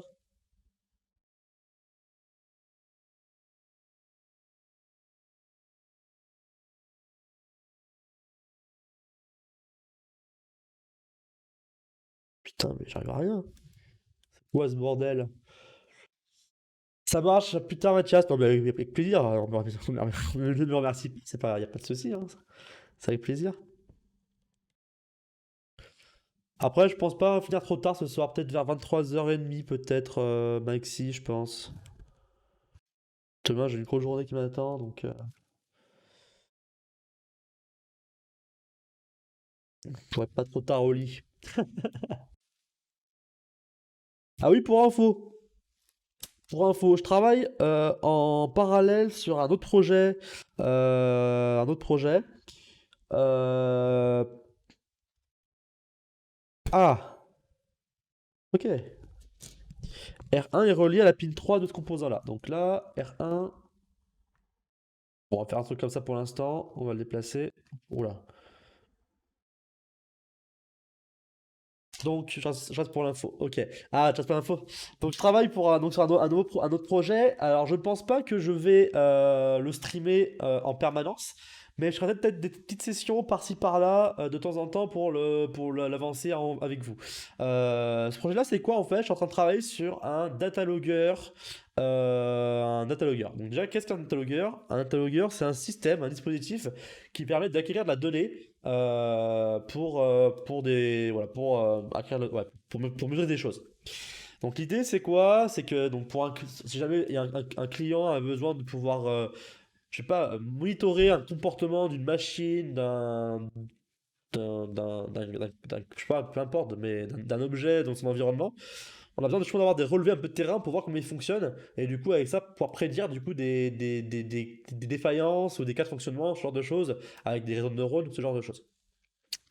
Et pour cela, du coup, on a besoin d'avoir des données, de collecter de la donnée, et d'où le produit que je suis en train de créer, donc là, du coup, un data qui va permettre de pouvoir faire plusieurs choses. Il va pouvoir permettre de pouvoir de pouvoir capter des accélérations, donc accéléromètre, hein, des variations des déplacements angulaires, donc gyroscope, donc accélérogyro, température, humidité, donc en traitant température et humidité, d'ailleurs, on va prendre le même que ce qu'on compte mettre sur celui-là. Je crois même un cran au-dessus, je crois. Capteur de température, humidité et un microphone numérique. Donc avec ça, du coup, on pourra faire du son, température, humidité, accéléromètre, gyroscope. Et le tout sera sauvegardé donc dans une flash qu'on mettra sur la carte. Et pourquoi pas éventuellement mettre aussi un lecteur carte SD. Alors pourquoi les deux? Pourquoi les deux? C'est simple, c'est que en fait, la carte SD peut permettre d'avoir un stockage beaucoup plus important que la flash intégrée à la carte, hein. Donc on va, je pense, aller plus vers la carte SD. Mais la carte SD, le problème, c'est que mécaniquement, c'est pas très stable. Et justement, si on met sur une machine qui est très vibrante pour, je pense, capter l'accélération, et ben on risque que, au bout d'un moment, la carte SD se détache. Parce que mécaniquement, c'est pas très solide en fait. Ou du moins, les contacts se font plus. Et du coup, on n'arrive plus à écrire sur carte SD. Et ça, c'est problématique. Donc, justement, pour des cas d'usage très particuliers, où justement, on va avoir des machines qui sont très vibrantes, et ben, on va devoir plutôt s'orienter sur la flash intégrée qui va, justement, elle, être soudée et du coup, sera plus soumise aux mêmes contraintes mécaniques. Enfin, si, il sera soumise aux mêmes contraintes mécaniques, mais il n'y aura pas les mêmes incidences que sur la carte SD. Donc déjà. En plus de ça, du coup, on peut mettre aussi en place un système de connecteur USB pour justement avoir un système donc, de mass storage. Donc c'est le fait de pouvoir connecter une clé USB et du coup de voir apparaître comme une carte SD, une clé USB, hein, de voir du coup les fichiers qui sont sur notre mémoire et pouvoir du coup manipuler cela et du coup observer les données qui ont été acquises. Voilà. Donc c'est un petit projet voilà, qui est un peu parallèle. Donc je sais pas s'il est fou, je pense pas que ce soit fou. Mais moi, ça risque de m'être utile par la suite pour plein de cas d'usage. Plein de cas d'usage. Clairement, j'ai envie de faire aussi. Ouais, il y a un projet que j'aimerais faire plus tard. C'est par exemple faire un drone. J'aimerais bien faire un drone. Et justement, faire un drone, j'ai besoin aussi d'avoir un peu de données de temps en temps. Et éventuellement, du coup, je risque d'avoir besoin d'avoir ce genre d'outils pour justement pouvoir mettre au point la partie asservissement de mon drone. Bah, du droit. Donc voilà, donc c'est un petit projet, tout ça en parallèle. Je pense pas que ce soit très intéressant pour streamer en permanence, mais il y a des choses peut-être qu'on fera peut-être des petites séances par-ci par-là où on expliquera deux, trois petites choses si jamais ça intéresse. Voilà, donc juste pour te donner une petite info voilà, de ce qui en est. Euh, bon, rien de bien fou, hein, mais voilà, du coup, il y a un autre projet qui est en parallèle en plus de celui-là. Voilà. Ça a l'air compliqué, mais cool. Ouais, c'est compliqué. En fait, c'est compliqué, ça partie asservissement, hein, à partir d'asservissement. Donc, ouais, c'est tout à mettre en place. Et en gros, c'est que pour l'instant, j'ai pas le matériel pour bien le faire. Parce que pour faire l'asservissement, on doit soumettre notre drone à donc, ça s'appelle des réponses échelons. Donc, en fait, en gros, c'est le fait d'apporter un signal pour faire un tout ou rien, en fait, sur notre système, pour voir comment il se comporte, justement.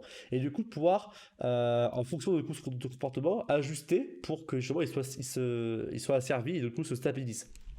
Et pour ça, du coup, comme le drone, bah, ça bouge, il faut quand même qu'on ait un système avec un support pour pouvoir le maîtriser et du coup faire varier qu'un seul axe, par exemple, sur notre drone, pour justement voilà, avancer à tâtons et par parcimonie. Euh, donc, je vois, il y a cette partie-là à mettre en place que j'ai pas encore le matos pour pouvoir faire ça. J'aimerais bien avoir une imprimante 3D, mais j'ai pas ça chez moi non plus. Donc, bon, ça viendra plus tard. Et puis, de toute façon, déjà ce projet-là est terminé. Mais voilà, donc ça va venir sous peu, hein, en tout cas. Le drone, je pense, ça sera peut-être pendant l'été prochain, je pense, hein, on verra. Ça sera pas tout de suite, quoi. Mais voilà,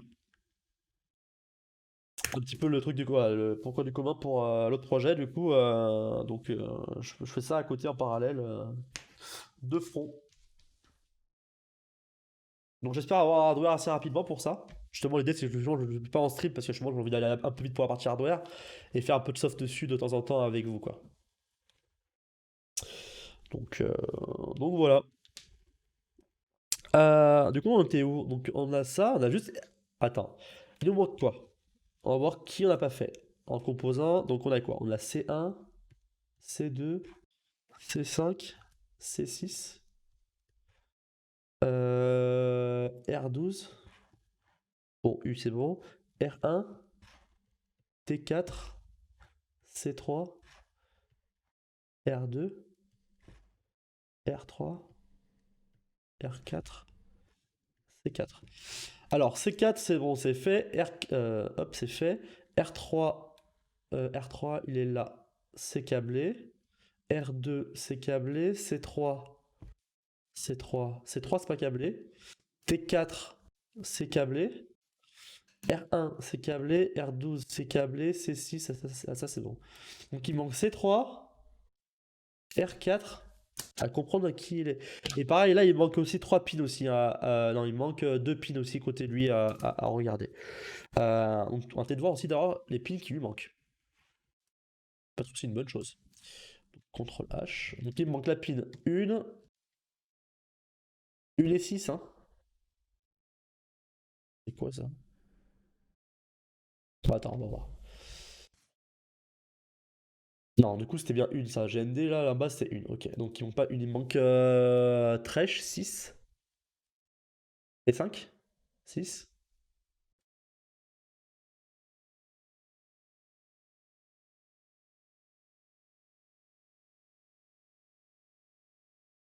6 et 5. Ouais, 6 et 5. Donc 6 Thresh et 5 compte. Alors, compte c'est quoi? Contrôle comparateur threshold.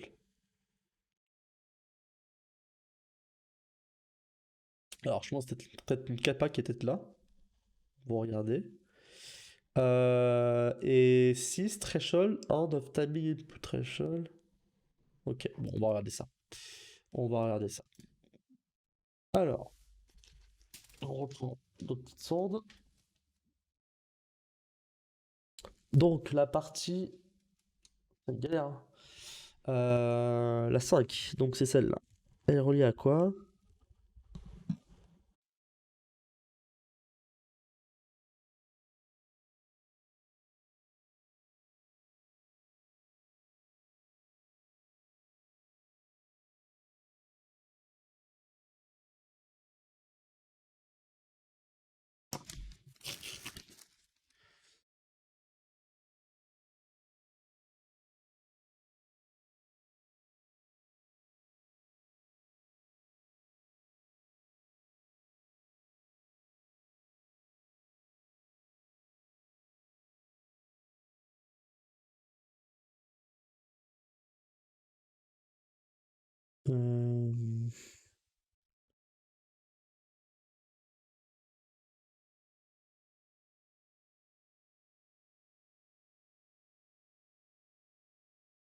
Pas sûr quand je vois très bien c'est quoi ça relié.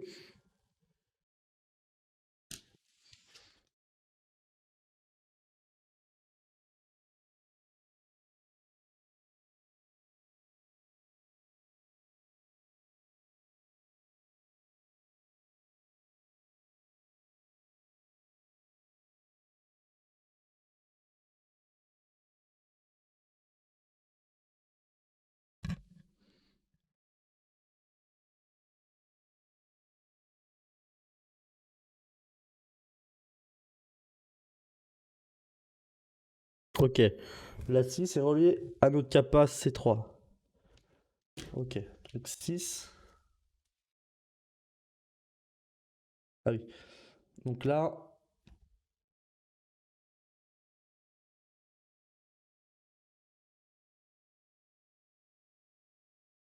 Ok. Et ça, c'est relié à quoi?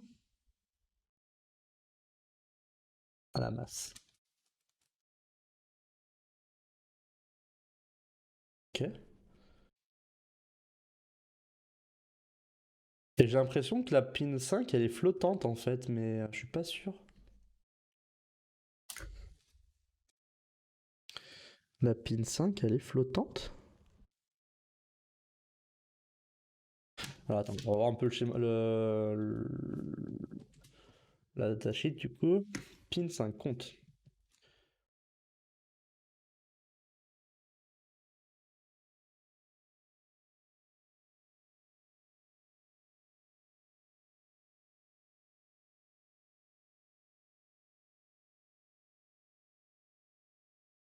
Oh mince.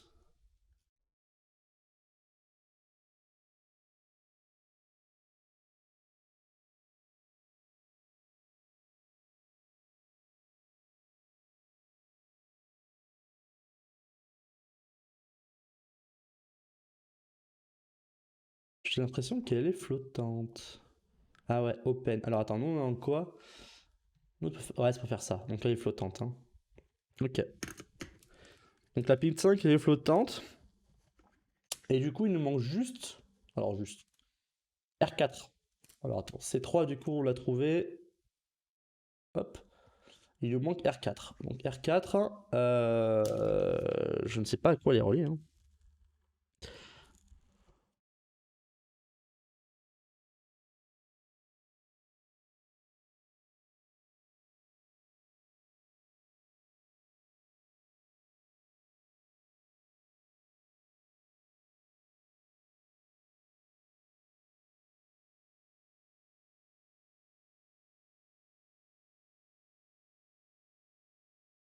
Ça, je sais pas.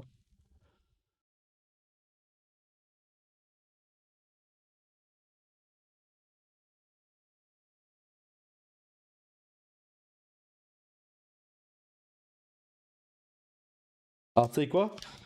Je vais peut-être refaire la soudure hein, pour voir peut-être qu'elle est peut-être pas bien faite ou. Ma femme de touche a un peu de mal. Je vais peut-être la refaire un petit peu ma soudure.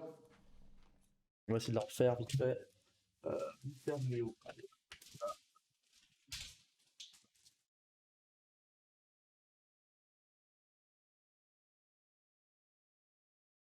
Donc, hop.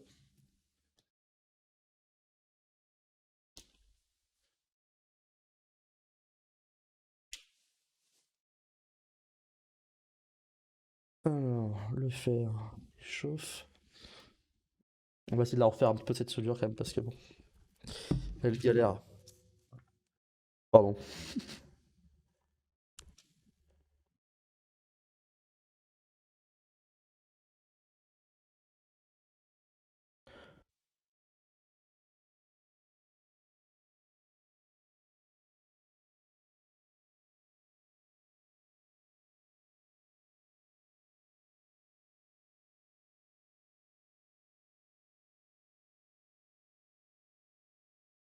Hop. Ça va à l'arrière. Manque de place sur le bureau. Hop. La Bruxelles. Pas que le temps. Ok. Donc, donc, la soudure elle est refaite. Donc maintenant, on n'aurait plus avoir d'excuses.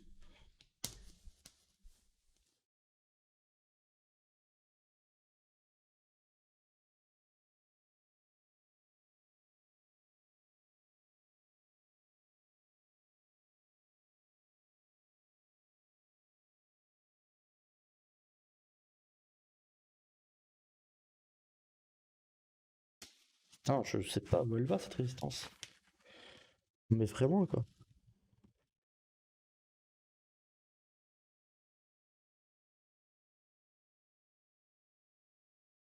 Pour moi, ça aurait été de la masse, mais c'est pas de la masse en fait.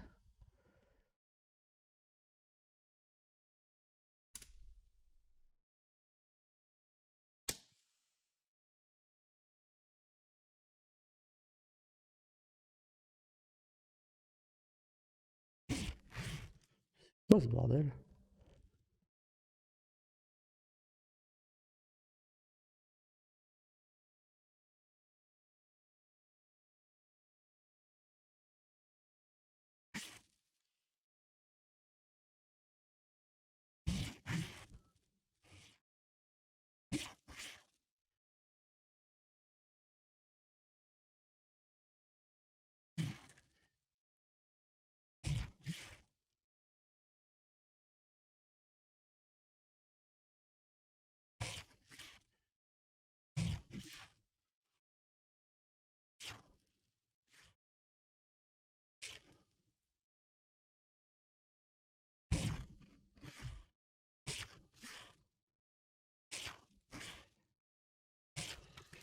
Bon.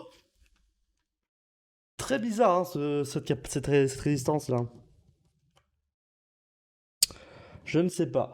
Par contre, ah oui, encore un truc qu'on n'a pas vu, c'est comment est reliée aussi la sortie. La sortie, on n'a pas vu où elle a été reliée.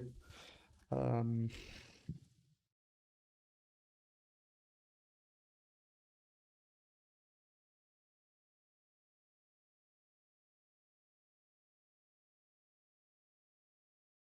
Ah, la sortie semble reliée au point mieux ici. Ok.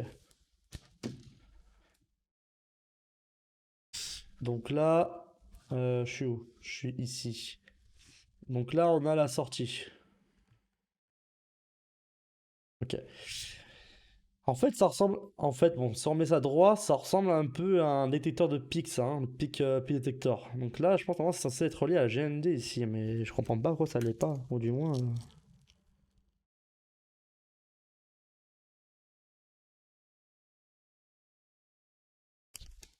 C'est pas clair, quoi. C'est pas clair.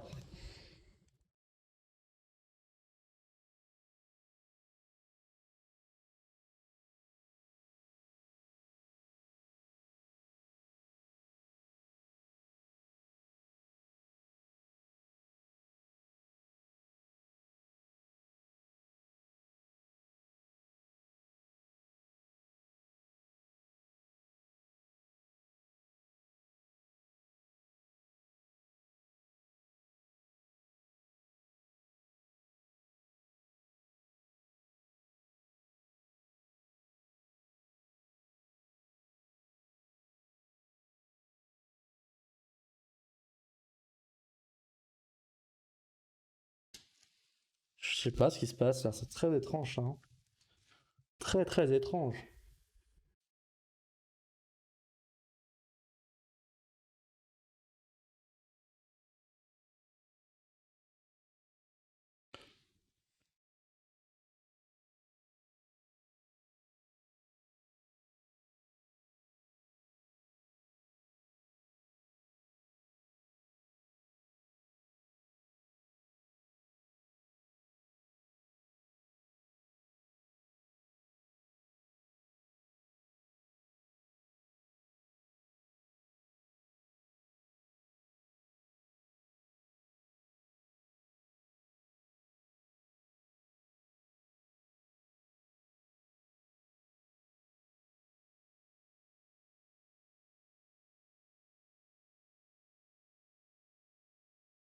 Ça, je comprends pas trop là, hein. Préparer je pense que c'est surtout mon multipath qui fait de la merde, hein, mais pourquoi il fait de la merde, je sais pas du tout.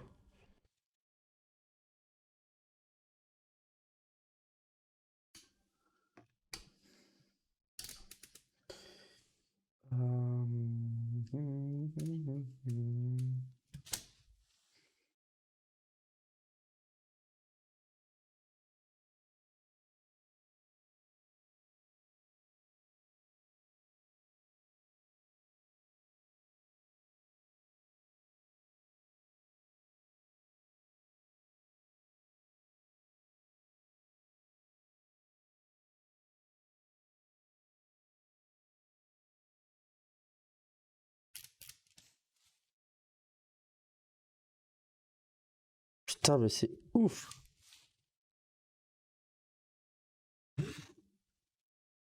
Je sais pas si c'est les pointeuses qui sont foireuses ou c'est quoi en fait qui foire là. Putain, même la résistance, j'ai du mal à la mesurer, j'arrive pas à la mesurer. J'ai vraiment. Ouais, non mais. Alors, c'est plein de l'outil, mais.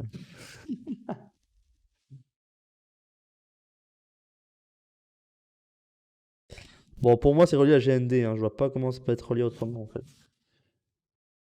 Mais j'arrive pas à le faire.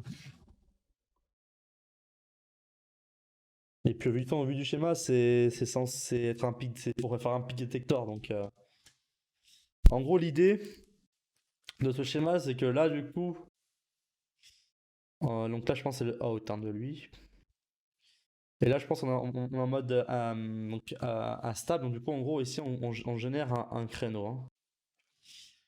Et l'idée, c'est que ce créneau va charger cette capacité, donc parasite, hein, qui est donc sa capacité de capteur, va la charger. Donc, du coup, ici, on va avoir ben, une charge, hein.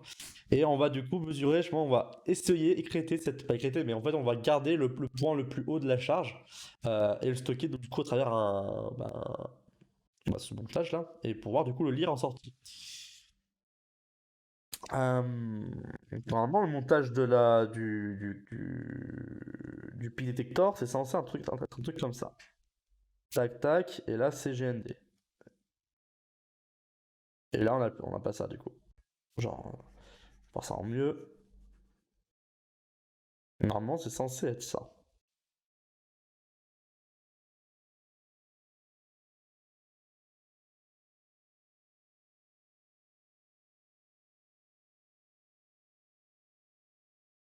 Donc là, on a dit que c'était C3. Non, C4. C4. Et R4. Et là, c'est V out. Donc qui est là. Ok. Normalement, c'est censé être ça, hein. C'est censé être ça le schéma. Ok. Bon. Je pense qu'on va le garder quand même, on va le stocker ce truc. Je vais le sauvegarder, je sais pas si je peux.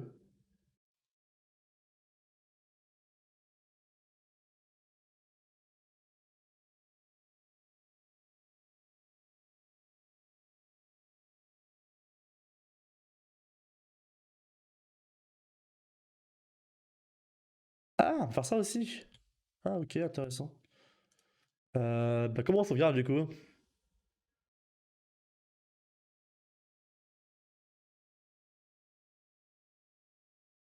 Ah, on peut dupliquer.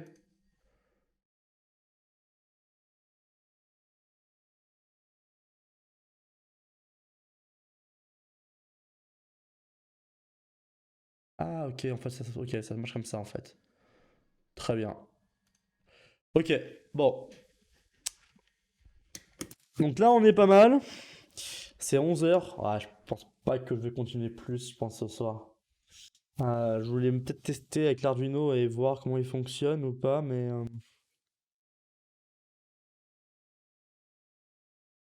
je vais voir en tout cas sa tension d'alimentation parce que ça paraît bizarre comme cette résistance d'isome qui est mise en tête. Par contre, je sais pas la référence exacte. Sur les bifonctionnements à 5 volts, mais c'est pas celui-là qui est sur la carte, hein. C'est sûr, c'est pas celui-là.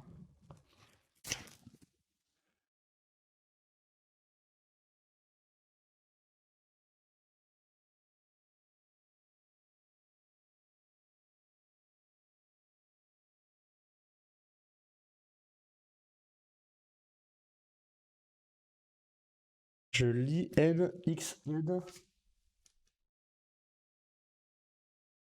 NXN, donc NE 555, NXN G4. Et avant, c'est écrit quoi?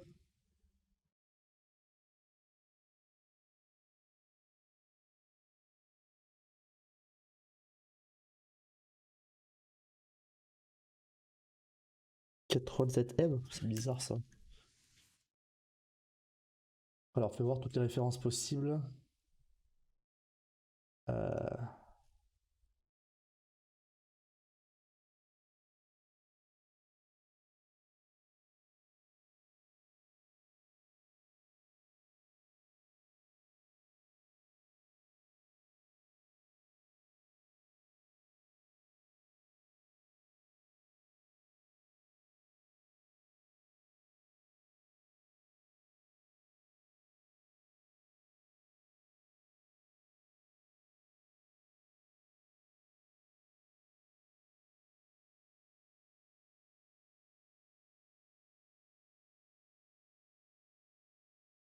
9 1M. 9. Ça correspond à rien. Ah, non.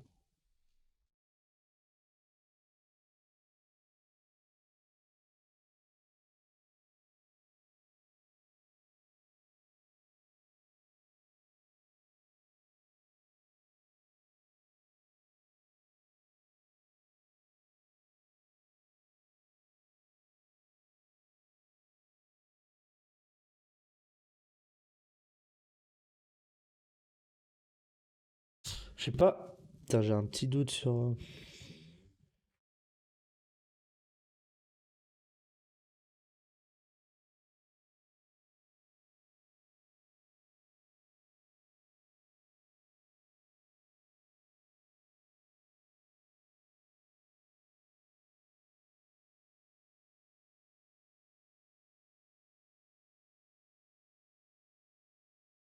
Ouais.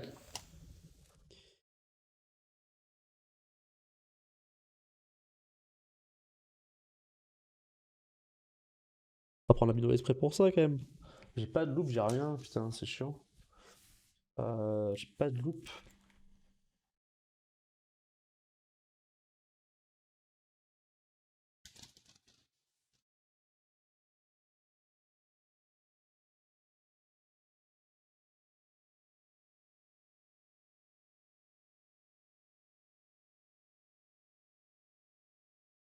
Bon, ça marche pas.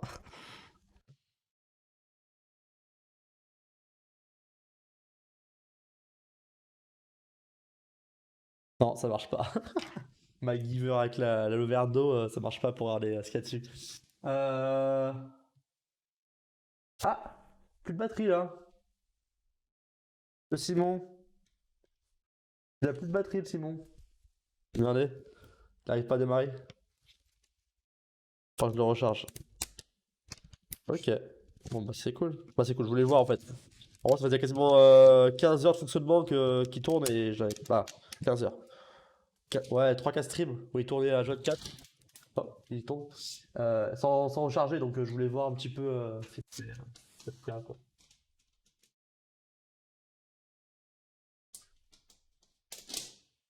Ça, il est cool de recharger du coup. Demain. Ok, bon, j'ai pas la fin. Bon, c'est un M55. Je pense qu'il prend le 5 volts. On va essayer. Au pire, on met en 3 volts. Non, mais 3 volts, il marchera pas. Hmm. Ouais. Bon, on regardera ça demain, je pense. Demain, on va essayer de continuer ce truc-là. On regardera ça tranquillement demain, ce capteur. Je m'arrête là pour ce soir. 23 heures. Bon, c'est pas non plus énormément de temps en stream,